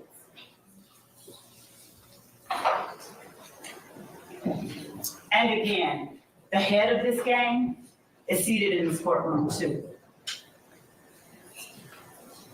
The last paragraph of that poem that I read spoke to you earlier goes as follows. Because of his age and his cunning, because of his right. This is argument. This is not What's your objection, Mr. Harvey? that it's Argument. Okay, Mr. Harvey. He literally hold on. just fucking said what the objection was, you idiot. How did Yeah. we He not did that know with the the judge earlier was objection too. How did Yeah. we not know he was a giant R-tard at this point? There's like red flags everywhere that went ignored. Yeah, but at this time, he was the fun judge who put jurors in contempt of court. I mean, it wasn't until maybe 3 or 4 weeks into the trial I started to realize, oh no, George Glanville, you no. But the red flags were, and this is something he has done throughout the trial. What's the objection? Because he wants them to do objection, hearsay, and then shut up, or objection, argumentative, and then shut up. But he doesn't have that standard for the prosecution, he'll just goes yapping, allows going, yeah. Madam, it is argument at this point in time, so I'll sustain the objection, okay? Yes, Your Honor. All right. The evidence will show that these defendants, that the members and associates of YSL, they knew who their leader was, and they knew the repercussions of not obeying their leader. Not one who ever snitched on the YSL, who all apparently are witnesses for the state. Well, 10 years later, they are still alive. They have been in and out of jail and prison. They have left the prison life and left the life of crime. And nothing happened. So the repercussions for not obeying seems to be fuck all.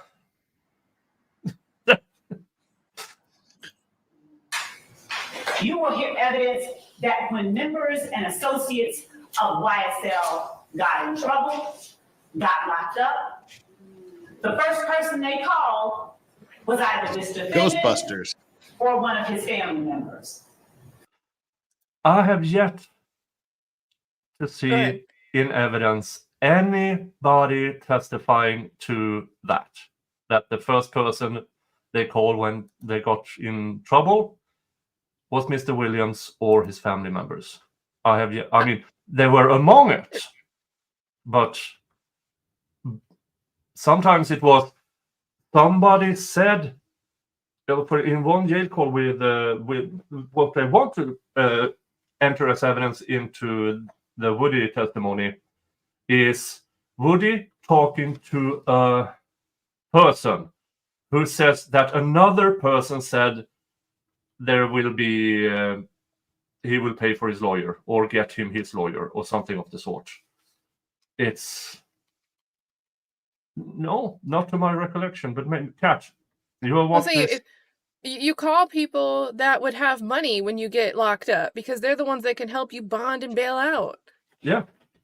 So why would you call, like, first of all, why would you call a family member if you don't want them to know you're a bad person? We just saw that in the transcripts. Hilton was trying to life coach Woody. Yeah.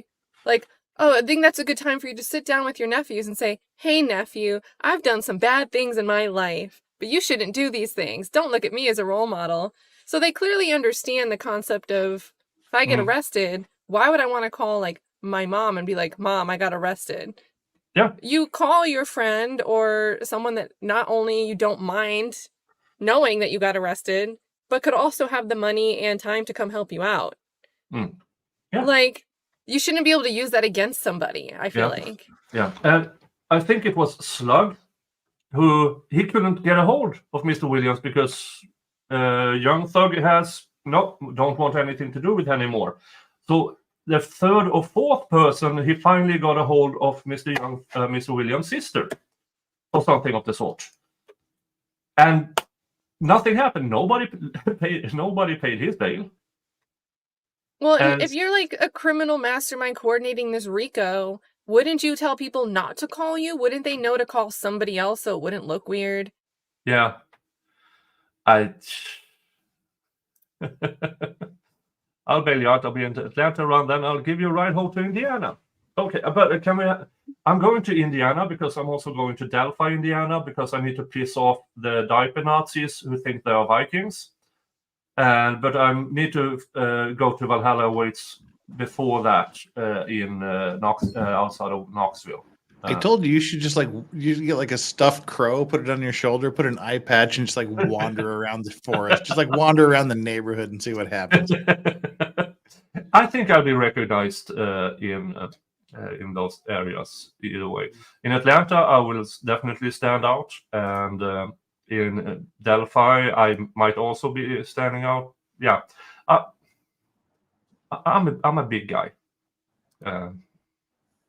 Let's just say that close to 6'4" and 270. Yeah, I get recognized, or at least noticed.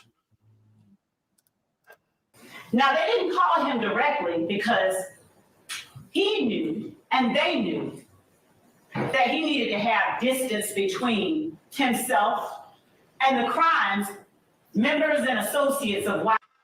Or he simply just refused to take the calls, so they tried any other way to get a hold of him. Please bail us out, and nope.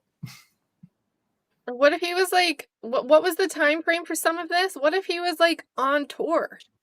Yeah, and he was on tour for the bus shooting. He was 3 states away, and they still tried to make the argument he was involved somehow in the bus shooting. And yeah, and the crimes in this trial are between 2013 and 2016. 8 to 10 years ago. She's having it both ways here, though. It's bad if they reach him, and it's bad if they don't reach him. Yeah. Yeah. ISL were committing on behalf of the gang. So they would reach out to his sister and have his sister reach out to somebody else and eventually get back to King Slime. Why would his sister need to call? Why don't just get to the house and talk to him? Why would they need to call that person who calls that person and then get back to Mr. Williams? That sounds like you're overthinking it. Yeah, so yeah, it should be like the Karen Reed trial. Don't think about it, then it makes sense. Yeah. They call. Like the old refrain from the You will Rocky hear Horror evidence Picture that Show. members Don't of dream it, YSL be it. committed armed robberies.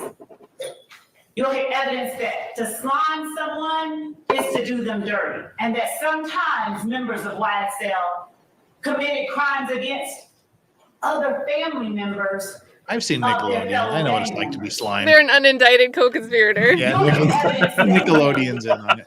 One of the associates or members of And the YSL green dude from Ghostbusters. did something.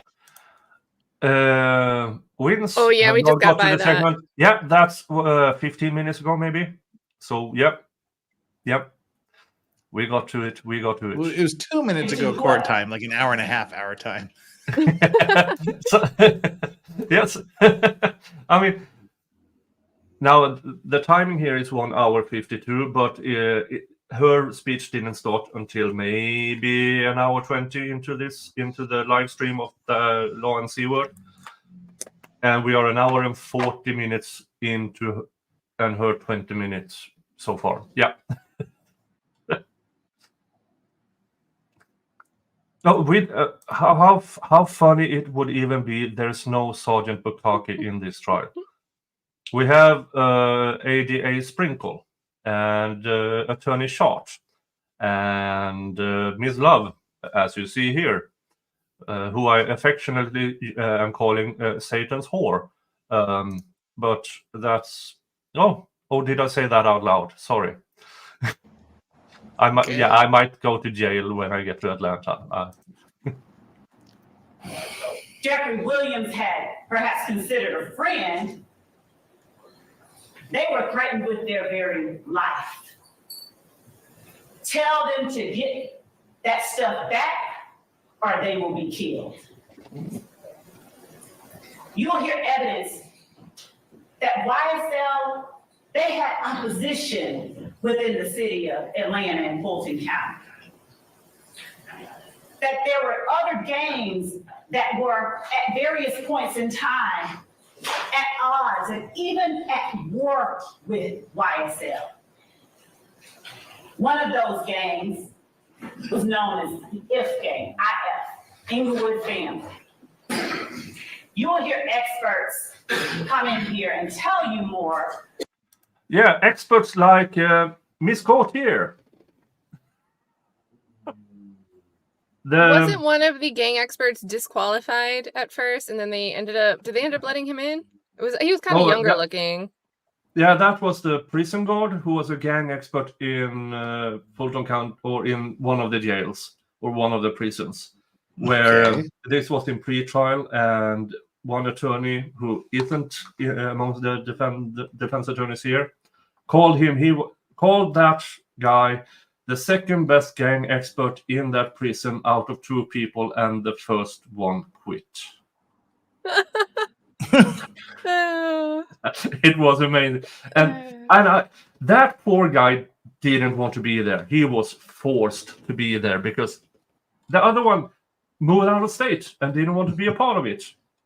They tried to get that gang expert, prison gang expert, to get, and that person. I remember he seemed pretty honest when he was describing, whatever. He wasn't deceptive. Watching the Karen Reed trial, the experts seemed to toot their own horn and then couldn't describe what acceleration was, and they were supposed to be an expert. He studied forward. Come on. Yeah, but here's the thing: that gang expert. I mean, he was honest, but he was oblivious as well. Because did you go to any of the conventions of gang experts to learn something? Well, I went there. Okay, did you apply any of these new technology? No, I already knew what I knew. Oh, really? How did you learn that? Well, they had a 2-day course at the prison before he took the position, and by that he learned everything he needed to know. He's probably relieved that they said no. Do you know how his? They have this who's in what gang. Do you know how he did that work in concluding who belonged to what gang? Didn't he was he using socials too? information that was given to him by the state. So the state was extracting social media stuff, putting that in front of him. Yeah. And then he was, the picking text with the string and at work. His method of concluding who was in which gang, he asked them, which gang are you in? That's it. That was his method of. Well, I mean, it could work. Yeah, I'm sure it worked. But he will probably not be seen in this trial. And but one expert witness, I want that person in this trial so bad. I haven't called him yet. Is the Pinch and Zoom guy. The man. Pinch and Zoom witnesses are never not fun. Yeah, and this guy who former FBI agent, then went into private practice 25 years ago. And since then, he gets sent videos from prosecution or from investigators with a timestamp. He plays the video to that timestamp, freeze frame, takes a screenshot, put the screenshot into Photoshop, and pinch and zoom, and then send it back. And the prosecution wanted him in as a forensic video analyst. Yeah, that didn't fly. But Judge Glanville approved of him as a video enhancement expert. Well, I can't wait for the rebuttal witness. There's like a part of me that's like, yeah, this should be a mistrial, but then I'm like, I want to see it go. I want to see more. Yeah. They're gonna run out of jurors. Yeah, and one of the. She's also not called yet. She is the, or was, or is, the, what do you call it? The head of the department who does the autopsies. She has never followed an SOP in her life. When asked, she asked, what's an SOP? And she is an elected head of department of the coroners. And she also she has a medical degree and she performs autopsies, but she didn't know what an SOP was. No, she doesn't follow it. And I'm sitting over here. Everything is done by SOP, standard operational procedure. That is how you know that everybody follows the same standard. Now every autopsy is different, but you still have to do the why. And you still have to do the pick out the brain and all the things and how to. She didn't click that. Maybe she didn't know the acronym, but she didn't click when it was spelled out as what SOP stood for. No. Oh. She just no. I don't follow those. I don't have one of those. Oh, all right. Yeah. Okay. Yeah. How did this get past the grand jury? Everything gets past the grand jury. Everything gets past. Yeah, exactly. Yeah. About how the Inglewood family bloods in any way made its way down to Fulton County. You will also hear evidence about how one of the members, one of the beloved, of whom YSL considered an opposition group, was gunned down. Donovan Thomas on January the 1st. Yeah, this is the part of the trial that everything got forked up over, the ending of Donovan Thomas. And this is the only reason why this is a RICO trial, because everything else, the statute of limitations has run out, except this murder charge.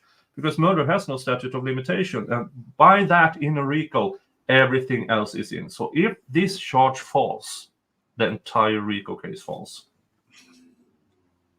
Because they can't base the RICO out of underlying or overt acts which statute of limitation has run out. So this is why Woody is so important for the prosecution. Because without him, the RICO falls.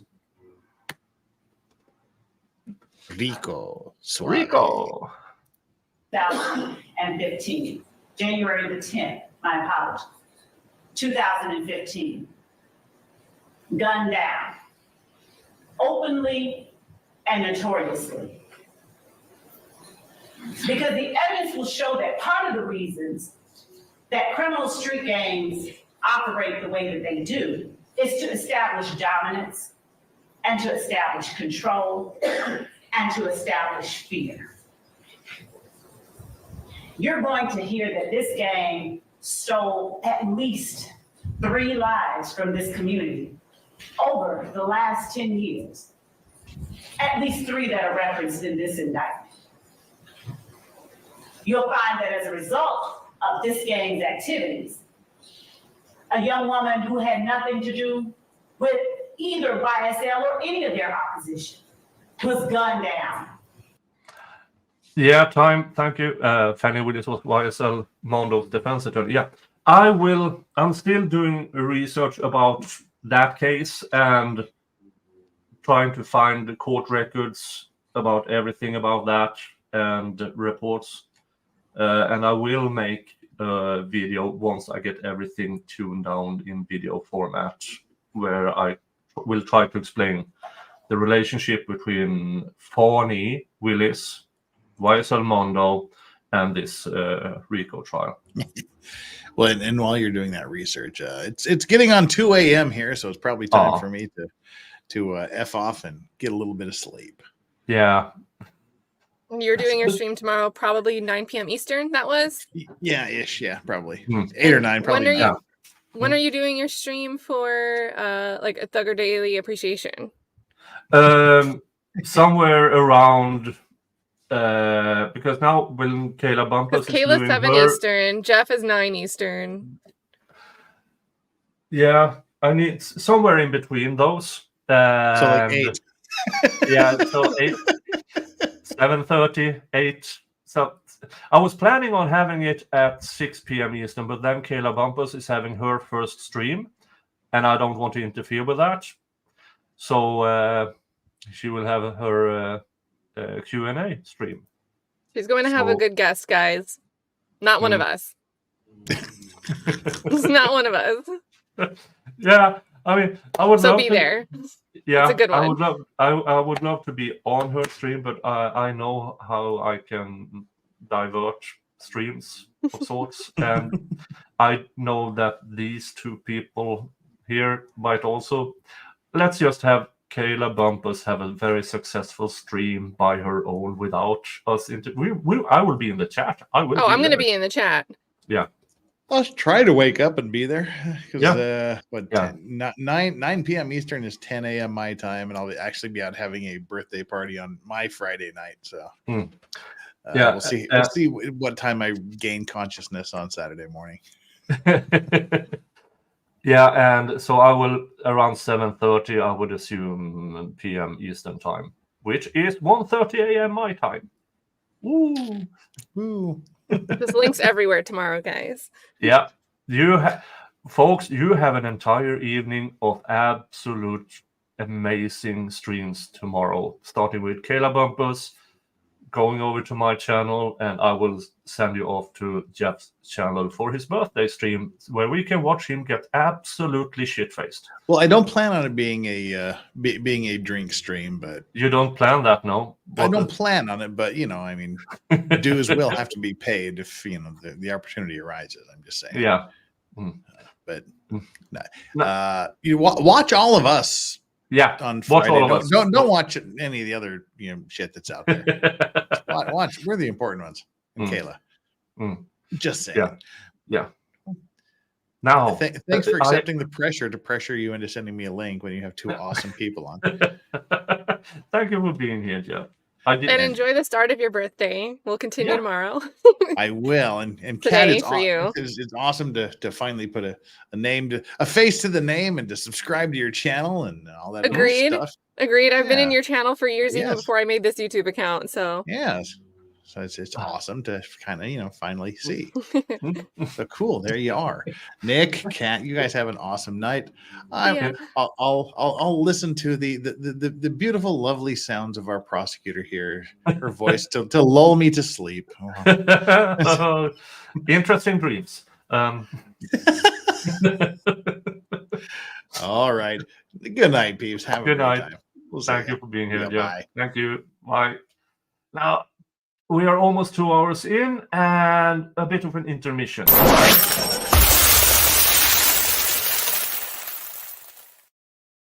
Hello, folks.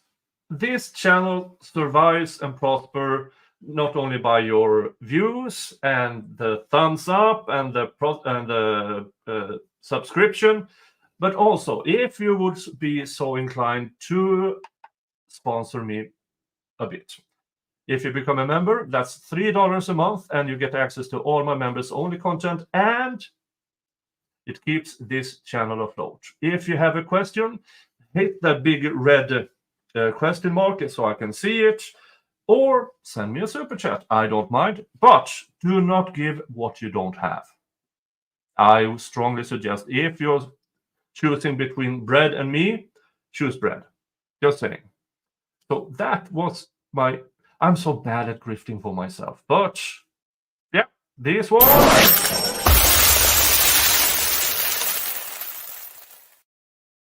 Okay, and John Commune, $5. Take my money.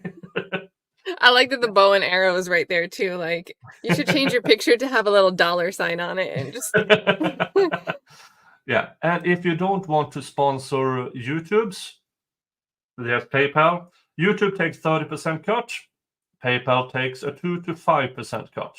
So So think about that. If you see someone get a $100 super chat, that really ends up being $66 instead of the $100.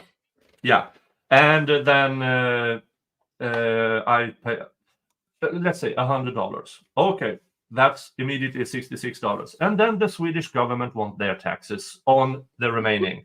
So every $100, it's about $50 that goes to me. So, but PayPal, that's $2 to $5, and since I have that as a donation page, I don't have to pay tax. Oh, nice. Yeah. Okay. Just a suggestion. But let's continue with the fustercluck that is the state's opening statement. I'm going to speed that up a bit to 1.25 because... Not people trying to get back at YSL for what they did. You'll hear evidence that after the murder of Donovan Thomas, no less than 50 shootings occurred over the course of the next several months. You'll hear evidence that hundreds of bullets were fired into cars, into homes, and into people as a result of the rift. Young's limelight. Hundreds of bullets could be one shootout. Yeah, I mean, in the bus shooting alone, there was about, somewhere between 12 and 18 bullets hit the bus. And that was not the only ones fired. They did miss a few of those. So no worries, Julie. If you need bread, buy bread. In the community. So what are they accused of, and what are you here for today? The judge read the 4-hour-long indictment to you 12 months ago. He didn't read it to you again today, but he generally gave you what each defendant is being charged with and what the state has the burden of proving beyond a reasonable doubt as it relates to each defendant. But just to broadly touch on those, the crimes that the state is proving to you over the next several weeks include conspiracy to violate the Racketeer Influence and Corrupt Organizations Act. That is an absolute mouthful. So we'll just say RICO. There's no substantive allegation of RICO violations here. And by that, I mean, there's a difference. Here, the state is alleging that these defendants, they had an agreement, unspoken, but no less an agreement, to obtain property, things of value, cell phones, cars, stolen guns, through a pattern of illegal activity. The evidence will show that it's sort of like if two people said, okay, Yeah, they are alleging that Lil Wayne's tour bus shooting is because of Mr. Williams. But I do believe that Mr. Williams, if this trial continues, might be a defense witness. Because Lil Wayne was on the prosecution's witness list, but according to Lil Wayne, he's never been contacted by the prosecution in this case. Wonder why. Yeah, it might be because if they did, he would tell them. I mean, I'm not sure if he would be testifying or not, but I don't believe he would testify to the state's theory of the shooting. Or the theory of the beef. Yeah. And what we're gonna go toilet paper our dean of admissions house. And they sat there thinking and talking about it, and someone overheard them and reported them to the police. And the police came and said, okay, I'm gonna arrest you all for conspiracy, for planning to go into this. The evidence will show that it's not enough that they were planning to do it. Oh, and the charges was dropped. Most of everything in this trial, either somebody pled to it, the charges was dropped, or charges was never brought. It's weird to, like, there was 3 times now where she leaned on things that were not indicted. Yeah. And that's just such a weird approach. And then to hear that Glanville didn't read the indictment as part of the start of the trial, maybe, I'm sure that's allowable, otherwise someone would have called that out. But isn't that kind of weird that you're not given the frame of what you're supposed to be looking for? He read it to the first folks in the jury selection. He read the indictment to. So over 1 year ago. Over a year ago. But he didn't do it in this trial. So they have to either remember that or try to ascertain from what Love is saying here they're supposed to be tasked with determining happened or not. Yeah. And the plan, I believe, is that he will something must have surely that. happened. Yeah, he will reread that once the prosecution's case in chief is done, the defense case in chief is done, the rebuttal is done, or a possible rebuttal is done. That would take us up until 2029. So what's the roadmap? She opened by saying this is going to be a roadmap. We're going to have the evidence that shows that these things occurred, but they're not giving the destinations. No, no. And she opened up with this Jungle Book reference, and then she said, this trial will take several weeks. Yeah, you lying sucker. Somebody has to do at least one thing in order for those 2 people to be found guilty of conspiracy. So say one of you goes and says, let me go get the toilet paper now. Then y'all are in trouble. That's what we have here, and that's what the evidence is going to show. Yeah, I agree that the evidence in this trial have some connection with toilet paper. It's shit. It kind of looks like her blazer. I wasn't thinking about it, but now her blazer looks like paper mache. Like they TP'd her. To obtain property and things of value through a pattern of illegal activity. And it is their actions over the course of the last 10 years. It did not stop, by the way, in 2015. It didn't stop at all. It continued up through and even into 2023, after this case was indicted, as the evidence will show. But their actions are what the state will be looking to you to evaluate and determine. You're not the only one who's lost in this. That they're agreeing to participate in this organization, this enterprise, through racketeering activity. You'll see evidence, as I stated, of not just drug sales, trap houses, drug houses, whole houses out of which drug sales were conducted. And they also have a strip club in this trial. The Pink Pony is involved in this trial because the madam of that was the victim of a crime that was they never found out who did it, I believe. but they still say since it's happened somewhere around Cleveland Avenue, that it had to be them. But with a music artist who has other music artists under them and with them, you know, you're intertwined in all these clubs because that's where you go and get your first performances or your big collaborations, your big events where sometimes you're just hosting, you're on the flyer and you just stand there and have a VIP booth. So like this 100 days, we're not even through their case in chief, but imagine the defense is just, oh, they're saying that they have all this money that was obtained through RICO. Well, how much is one of Young Thug's contracts with his record label? Yeah. That's everything figured out right there in legitimate ways. Yeah. Oh, something happened at a strip club. Well, did the music artist perform there ever? Like, yeah. And one of the things I haven't gotten to yet is because they did a civil asset forfeiture of Mr. Williams' belongings, and as it turns out, most of the jewelry was on loan from a jeweler who wants that stuff back. And the Judge Glanville has not yet hasn't even made a responded.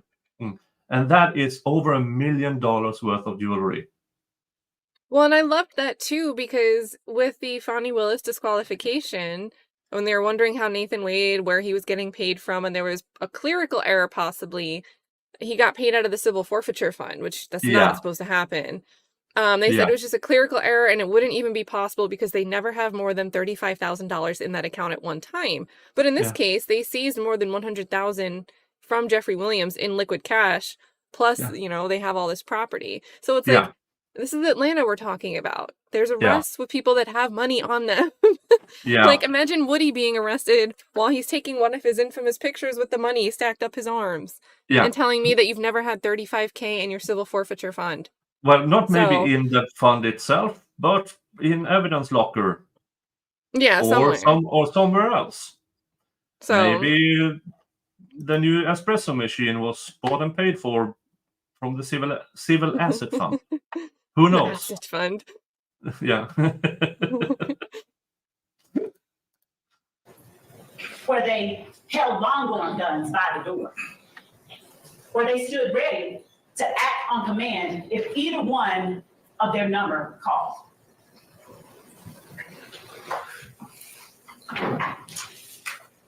Who's on trial before you today is Rodelius Ryan, Flamarcus Nichols, Marquavius Huey, Jeffrey Williams, Shannon Stillwell, Diamante Kendrick,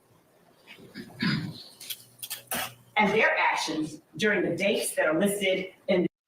Mr. Nichols, by the way, is mentioned once in this entire indictment, and every few days, Mr. Harvey has to remind them, like, this has nothing to do with my client. Yeah, please sever the case, and Judge Glanville says no, and he's mentioned once. This indictment are what we are asking that you pay close attention to and you evaluate. Your Honor. You have an objection? Yes, sir. Basis for the motion.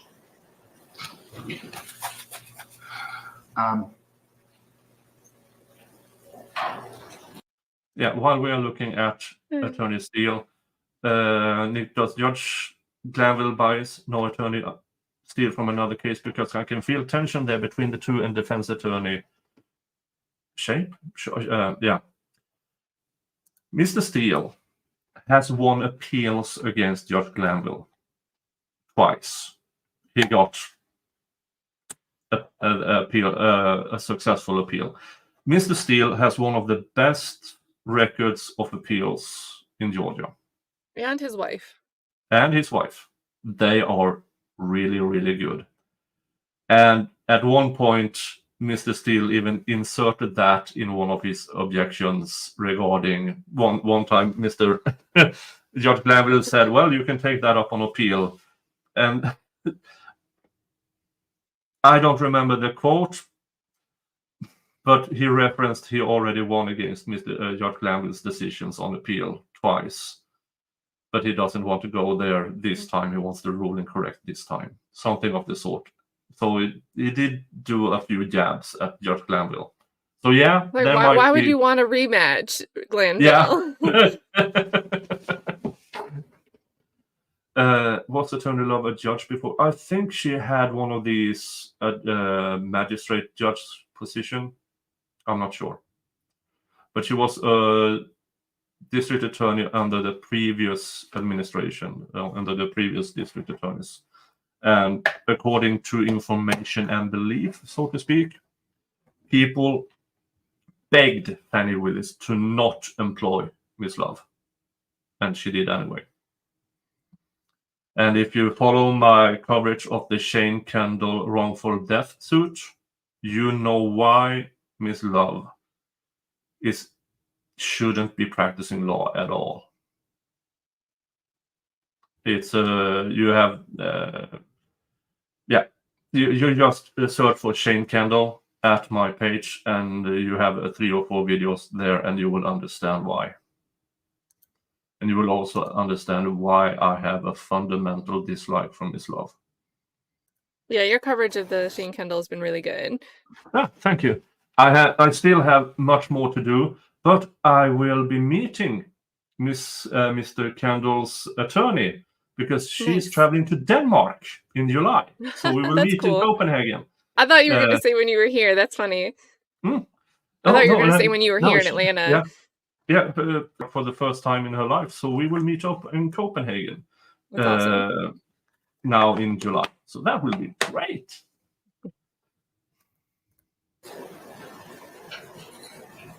All right.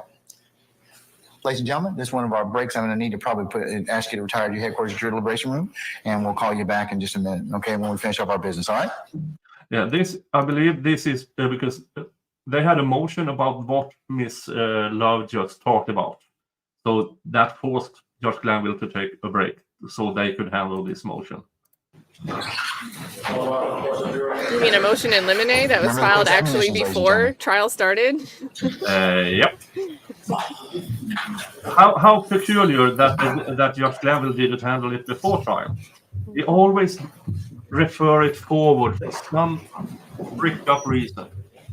And then it's a break in the trial, which he blames the defense for. But no, Judge Glanville, it's because you cannot make a ruling on the spot. Please be seated. Our jury has left us.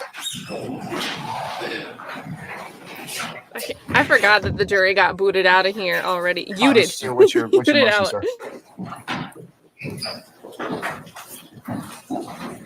Good morning again, Your Honor. Your Honor, last week, 2 weeks, 3 weeks ago, you ordered the parties to share all of their displays in opening statement to the others so we don't have to have these interruptions. I did that. The state shared with me 4 attachments. Oh, that's what That's what I got. Well, what you just saw on your screen, if you don't remember, I asked the state to put it up and I asked for it to be marked as exhibit, is what you already excluded. It states that Mr. Ryan was convicted of murder, and I represent the co-defendant who's not on trial on the appeal. How did that not get sent to me so I could bring it to the Honorable Court's attention? 1. And 2, how do we just violate court orders? So, yes, I have a serious motion for a mistrial because it's intentional misconduct. That's my motion. All right. And I'd like That was the first motion for mistrial in this court. In an opening statement. During opening statement, because the prosecution violated a direct court order about sharing what they would present in opening statements with the defense. This is if it was the other way around, there would have been like a contempt threat. Oh yeah. But yeah. So this is the first one. And I do believe that you're getting filings of attorney proffers and stuff like that. They are going back in time now. Because if Judge Glanville is excused, it only rewinds to June 12th. Attorney Steele has filed an attorney proffer, so he can rewind it to end of April.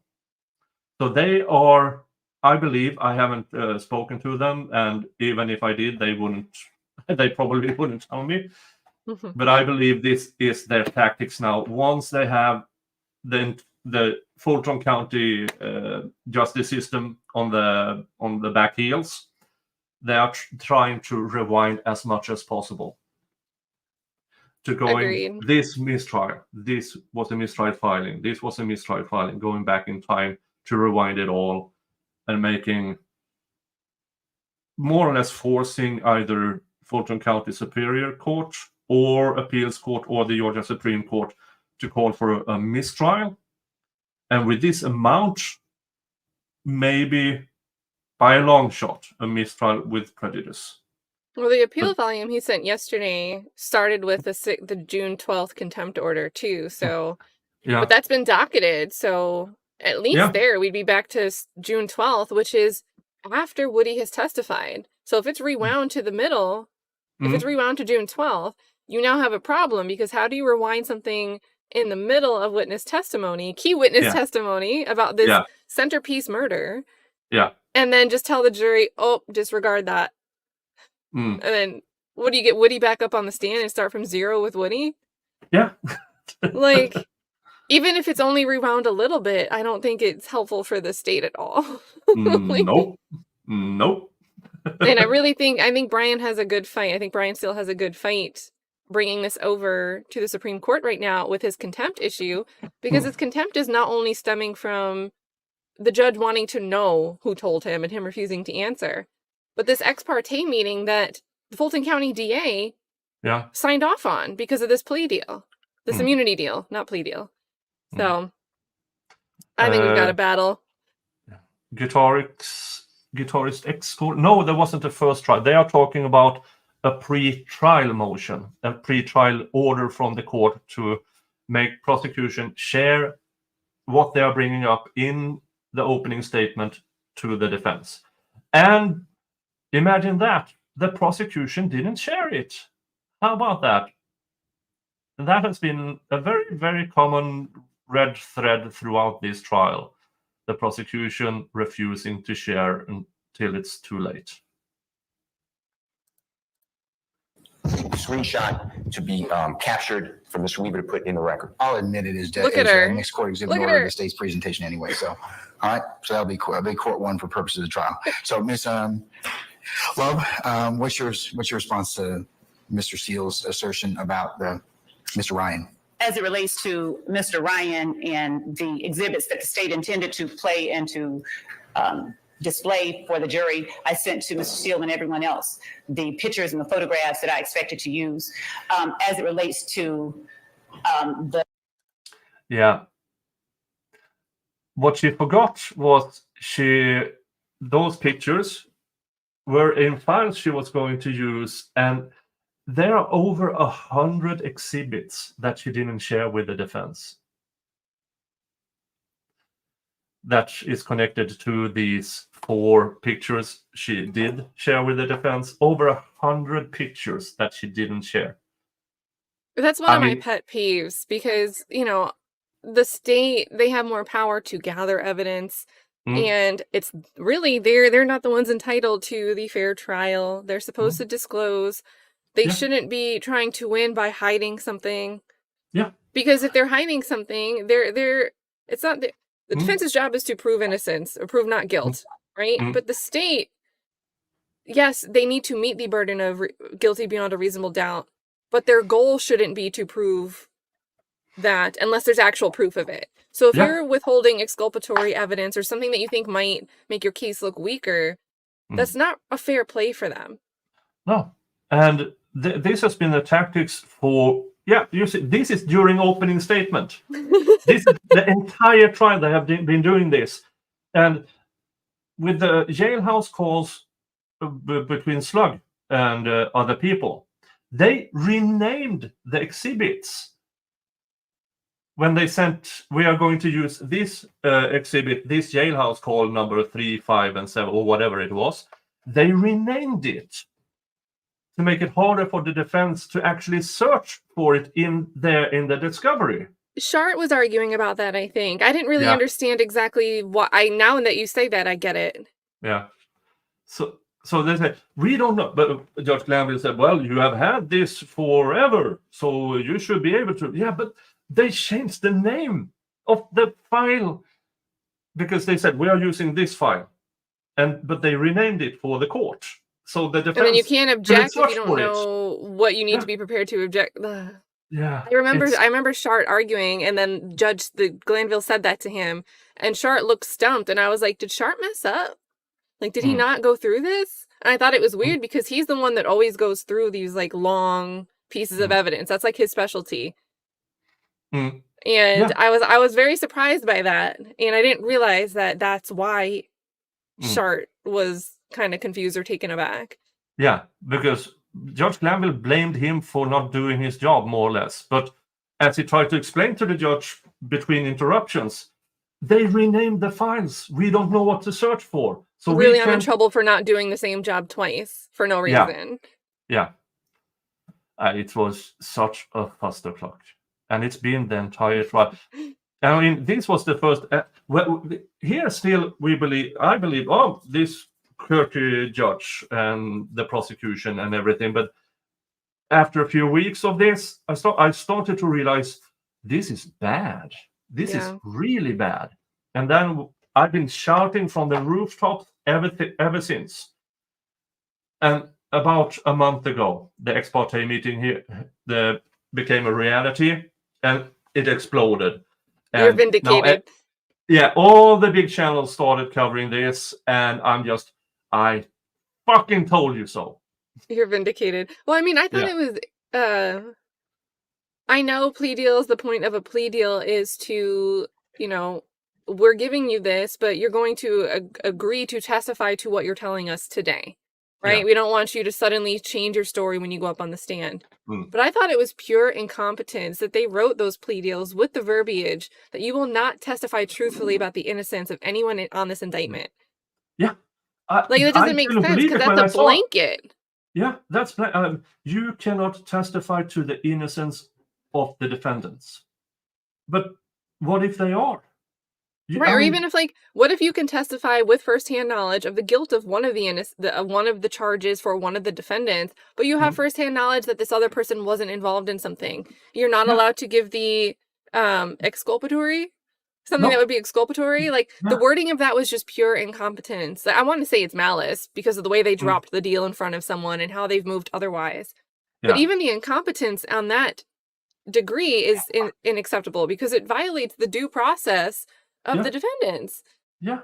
I mean, during cross-examination, you should be allowed to ask those questions. The question, Mr. Stilwell, he wasn't a part of this, and he can't answer. And it's infuriating how they Now, in retrospect, this should have been a mistrial. A long time ago. Long ago. But or even just like sanctions for love. Honestly, there's been things that I think that she's done that are sanctionable. Yeah, but here's the thing: when it's the defense fault, he blames the defense. If it's the prosecution's fault, he blames the defense. We're not gonna disparage our colleagues. Yeah, it's everybody is in this together. Blah blah blah, and it's made a statement that pissed me off to no end. We need a fair trial for both parties. No. There's one All party. parties is in the defendants. If there's multiple parties, it's because there's multiple defendants. Yeah. The only person in a trial who has the right to a fair trial is the defendant. I mean, that is foundational in Western judicial systems. No matter if they're American or the Napoleonic or whatever Western, it's true because the government has all the power and all the money. That is why the guarantees must be towards the defendant, because you don't want to convict innocent people. And imagine if somebody took that away. Now you're into a communist kind of rule set where you're presumed guilty. You have Hilton teaching a next generation of attorneys. Yeah. She's an adjunct professor, right? Yeah. So that's incorrectly indoctrinating future. I mean, they could sit there and be in her class and pass and get their grades while knowing, if she's teaching in that class some of the same things that she's doing in this trial that she shouldn't be doing. Hopefully the students still have the discretion to think to themselves and think critically and say, I don't think it works like that. But still, she's teaching. The same person that just led this ex parte meeting is teaching another class of future attorneys. Hmm. A slide to which Mr. Steele is now referring regarding his representation on appeal. I'm not certain if the objection goes to the fact that there was the conviction, because that's part of the indictment and that's part of the evidence that the state expects will show, or if it's as to his objection about the fact that he represents Mr. Ryan or Mr. Blaylock on appeal. Don't represent Mr. Ryan. Mr. Blaylock, man. I have never said this, ever. That's it. So what's your objection based upon, Mr. Steele?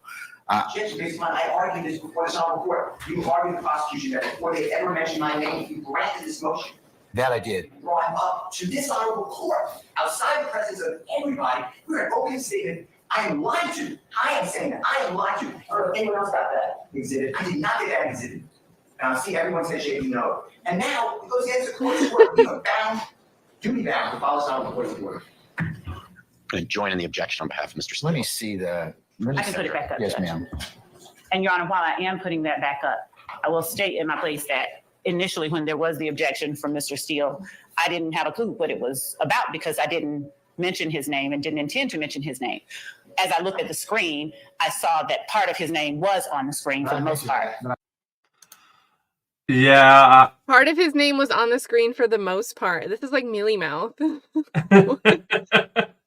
Yeah, and I mean, I don't buy this for 1 second that she was unaware that Mr. Steele's name was on the screen.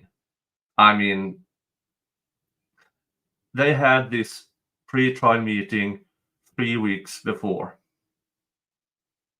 That Well, and even if it was a allowed. mistake, it's still problematic, right? Just because, oops, I didn't mean to, isn't a get out of the problem. It's not, it's fine just because I didn't realize. Yeah, but it gets worse. If I remember correctly, because once they start to go through the slides that she wants to, almost none of it was disclosed to the defense. Well, then they were I all mentioned that- shaking their I head, moved the on that gang of last defense week. attorneys. I did. Hey, I Karate did. Cat We Mom, were not- becoming I a would youth take it member. as it Thank came you. in this case. Thank you. You now have access to all my members only stuff. And I don't talk much about law and trial and stuff in my members only. It's more about me, the farm, the renovations, Mr. Jingles, and stuff like that. So we get to know each other better. So that is what you get if you become a member. All right. And it's $3 a month. And with that, you keep this channel afloat. You bought me my new headphones. And now it has lights. I mean, I stopped evolving mentally when I was 12 or 13 when I discovered, it blinks. I need it. Yeah, your accidental, what was it, the hot dog onesie?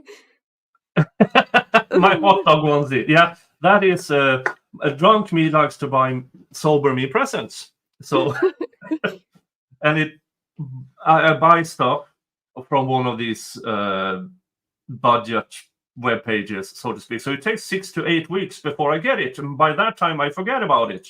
So I open the package, and it's a hot dog onesie. That's interesting. I might wear it tomorrow on stream. Maybe. I gotta order one. I'll see if Amazon Prime has like next day delivery. And if the evidence got to that point, then I would deal with it accordingly. Yes, Your Honor. So, And Your Honor, as to Mr. Steele's motion, as I'm pulling this up, the state would vehemently object to a mistrial and ask for a curative instruction And a reminder to the court, to the jury, that nothing that the lawyers say is evidence in this case. This is not at all the type of thing that rises to the level of mandating a mistrial. Certainly not. It just isn't. I have All right. the slide. Pull up, I have it now. now, I'm court about to has, share. court one for purposes of the motion for mistrial. Okay, Tay, we will try to. Thank you for gifting, and it was gifted to Young Forever. Yeah, that's an option too. If you have the funds and you know others haven't, then you can gift memberships. All right.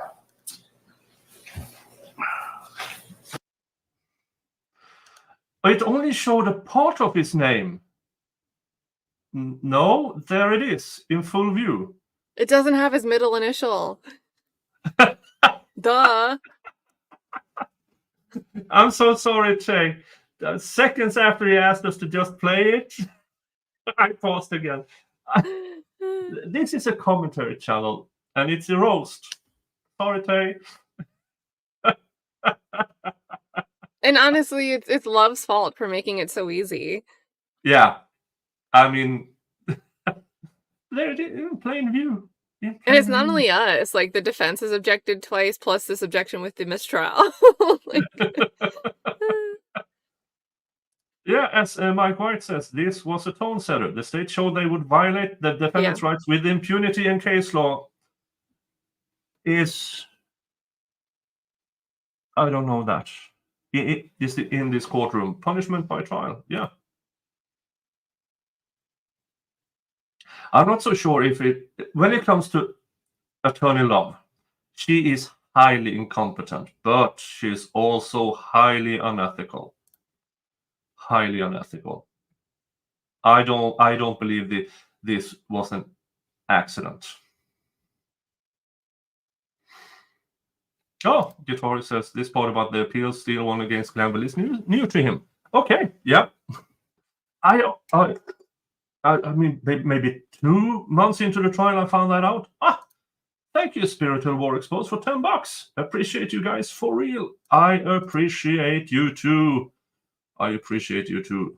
Let me show how much. Thank you. Thank you.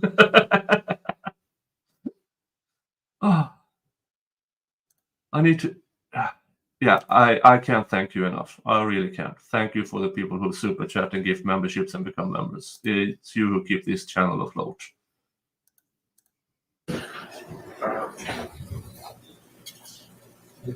Yeah, on slide 11 of 65, that I see where you have that. Slide 11 of 65. Remember how many slides she shared with the defense? 4.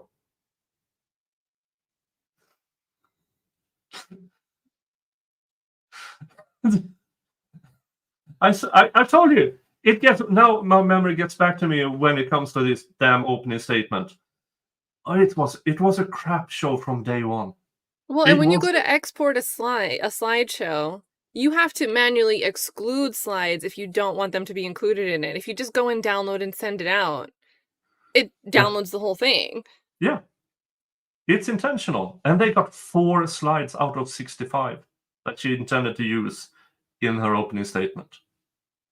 Now we see it now, but this some of these is shown to the jury during her opening statement, and that is hence the reaction from the defense attorneys that what's going on here? Why are there that many slides?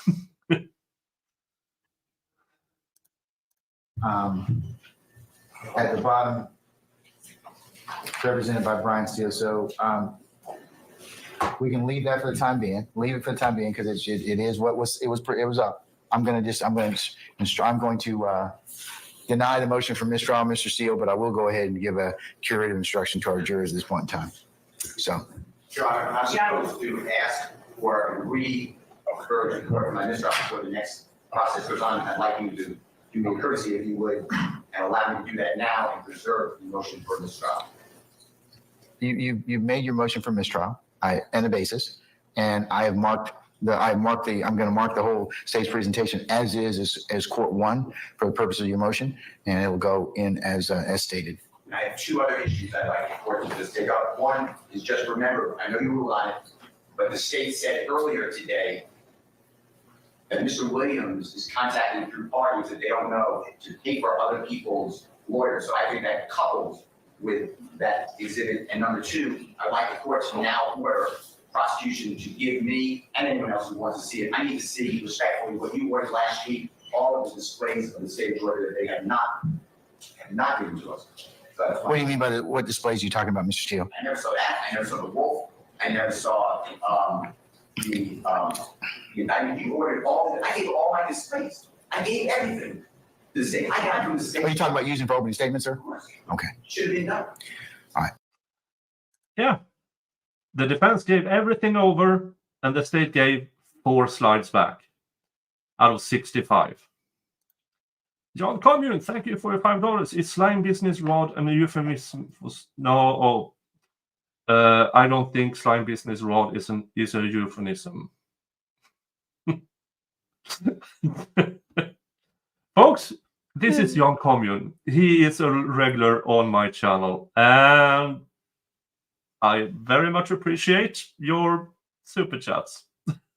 And he has interesting things to say all of the time. Thank you, John. All right, Ms. Love. Wait. Thank you, Your Honor. 2 matters, Your Honor. One, the first thing that Mr. Steele has requested of the court regarding the representation that the state made about other YSL members contacting Jeffrey Williams for representation is absolutely and has always been a part of what the state expects will show at trial. I'm going to deny that portion, but to Mr. Steele's point, I'd already made that issue in terms of his particular involvement, and anything you need to let me know prior to that, and I need to rule upon it, and also subject to foundation, just like this. So I assume that what you told our jurors is what you expect the evidence to show. Yes. Yes, All right, definitely. so I'm going to overrule that part of his objection. What about the last thing you mentioned? And Your Honor, as to the court's directive that we turn over anything or any exhibits or photographs, that was my understanding of the court's directive that we expect to show an opening statement. As a matter of course, I can again reiterate the fact that it was an inadvertent omission to leave Mr. Steele, at least part of his name on here. I got that, but he's talking about, is there anything else you're going to use in opening you haven't shown to defense counsel? He's telling us, well, I said that. I told you to do that a week ago. Because here's what I told you was going to happen. I've got a jury that's out right now that's being interrupted. And Mr. Williams, you should have made your motion or should have told me about that an hour ago or when you found out about it. Not hijack me at the bench about that. You did what you had to do, but I'm not happy about that. I'm not happy about any of this. So the state makes misconduct, and he can't help himself but to blame the defense. You should have filed this an hour ago. Yeah. What? We didn't see the PowerPoint. Yeah. How can you be more timely than during the showing of the PowerPoint? That wasn't presented ahead of time to any of the defense counsel, because all of the other counsel shook their heads. Yeah. Because this is stuff we could take care of before our jury comes in. And they tried to. They made the motion. Lessen your ability as advocates and lessen our ability for this jury to go ahead and get this case seamlessly. This is what. Seamlessly? Yeah, that's kind of out of the door. I mean, but here, they actually had a court ruling pre-trial a week before this happened.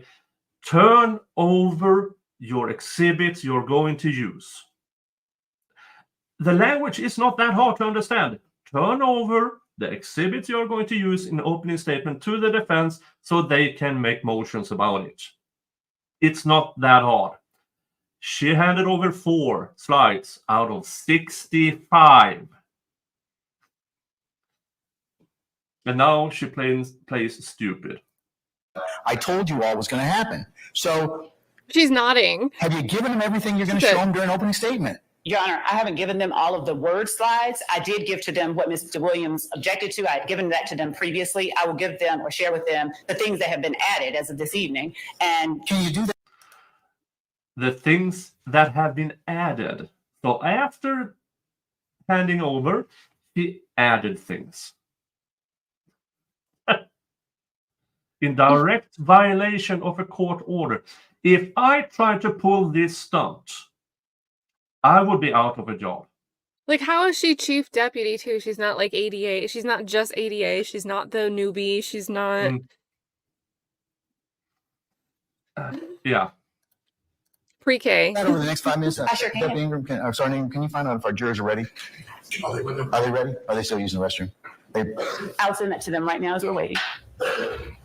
Yeah, but here's the thing. She sends it over now. Yeah, but they have to look through it and make objections and motions. This is not a 5-minute deal, and the judge says you have 5 minutes. We have, Your Honor, Jay Apt on behalf of Mr. Kendrick, can we have 5 or 10 minutes to review whatever Ms. Love is going to send us? You can take a comfort break, and I'll come back at 10 of 12. And like I said, whatever we don't finish before 12:15, we'll pick up after lunch. Okay? Thank you, Your Honor. Who's talking?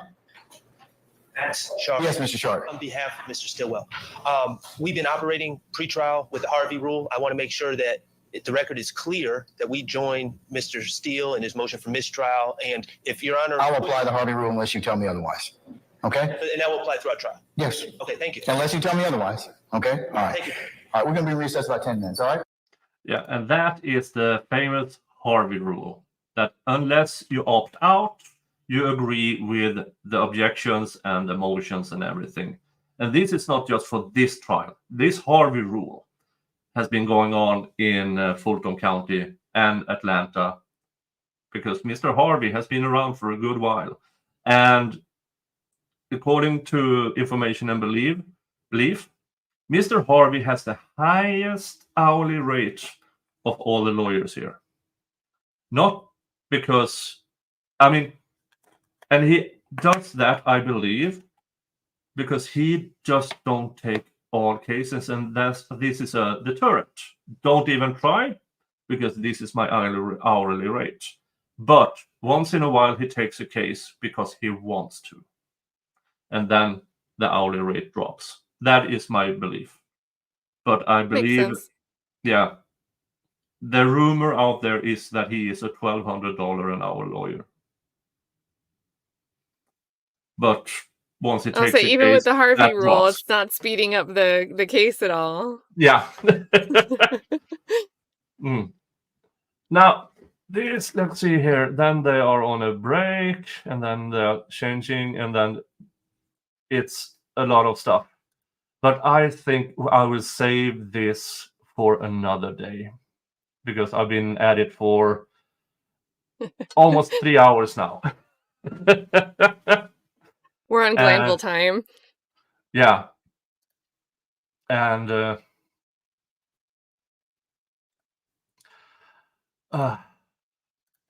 yeah.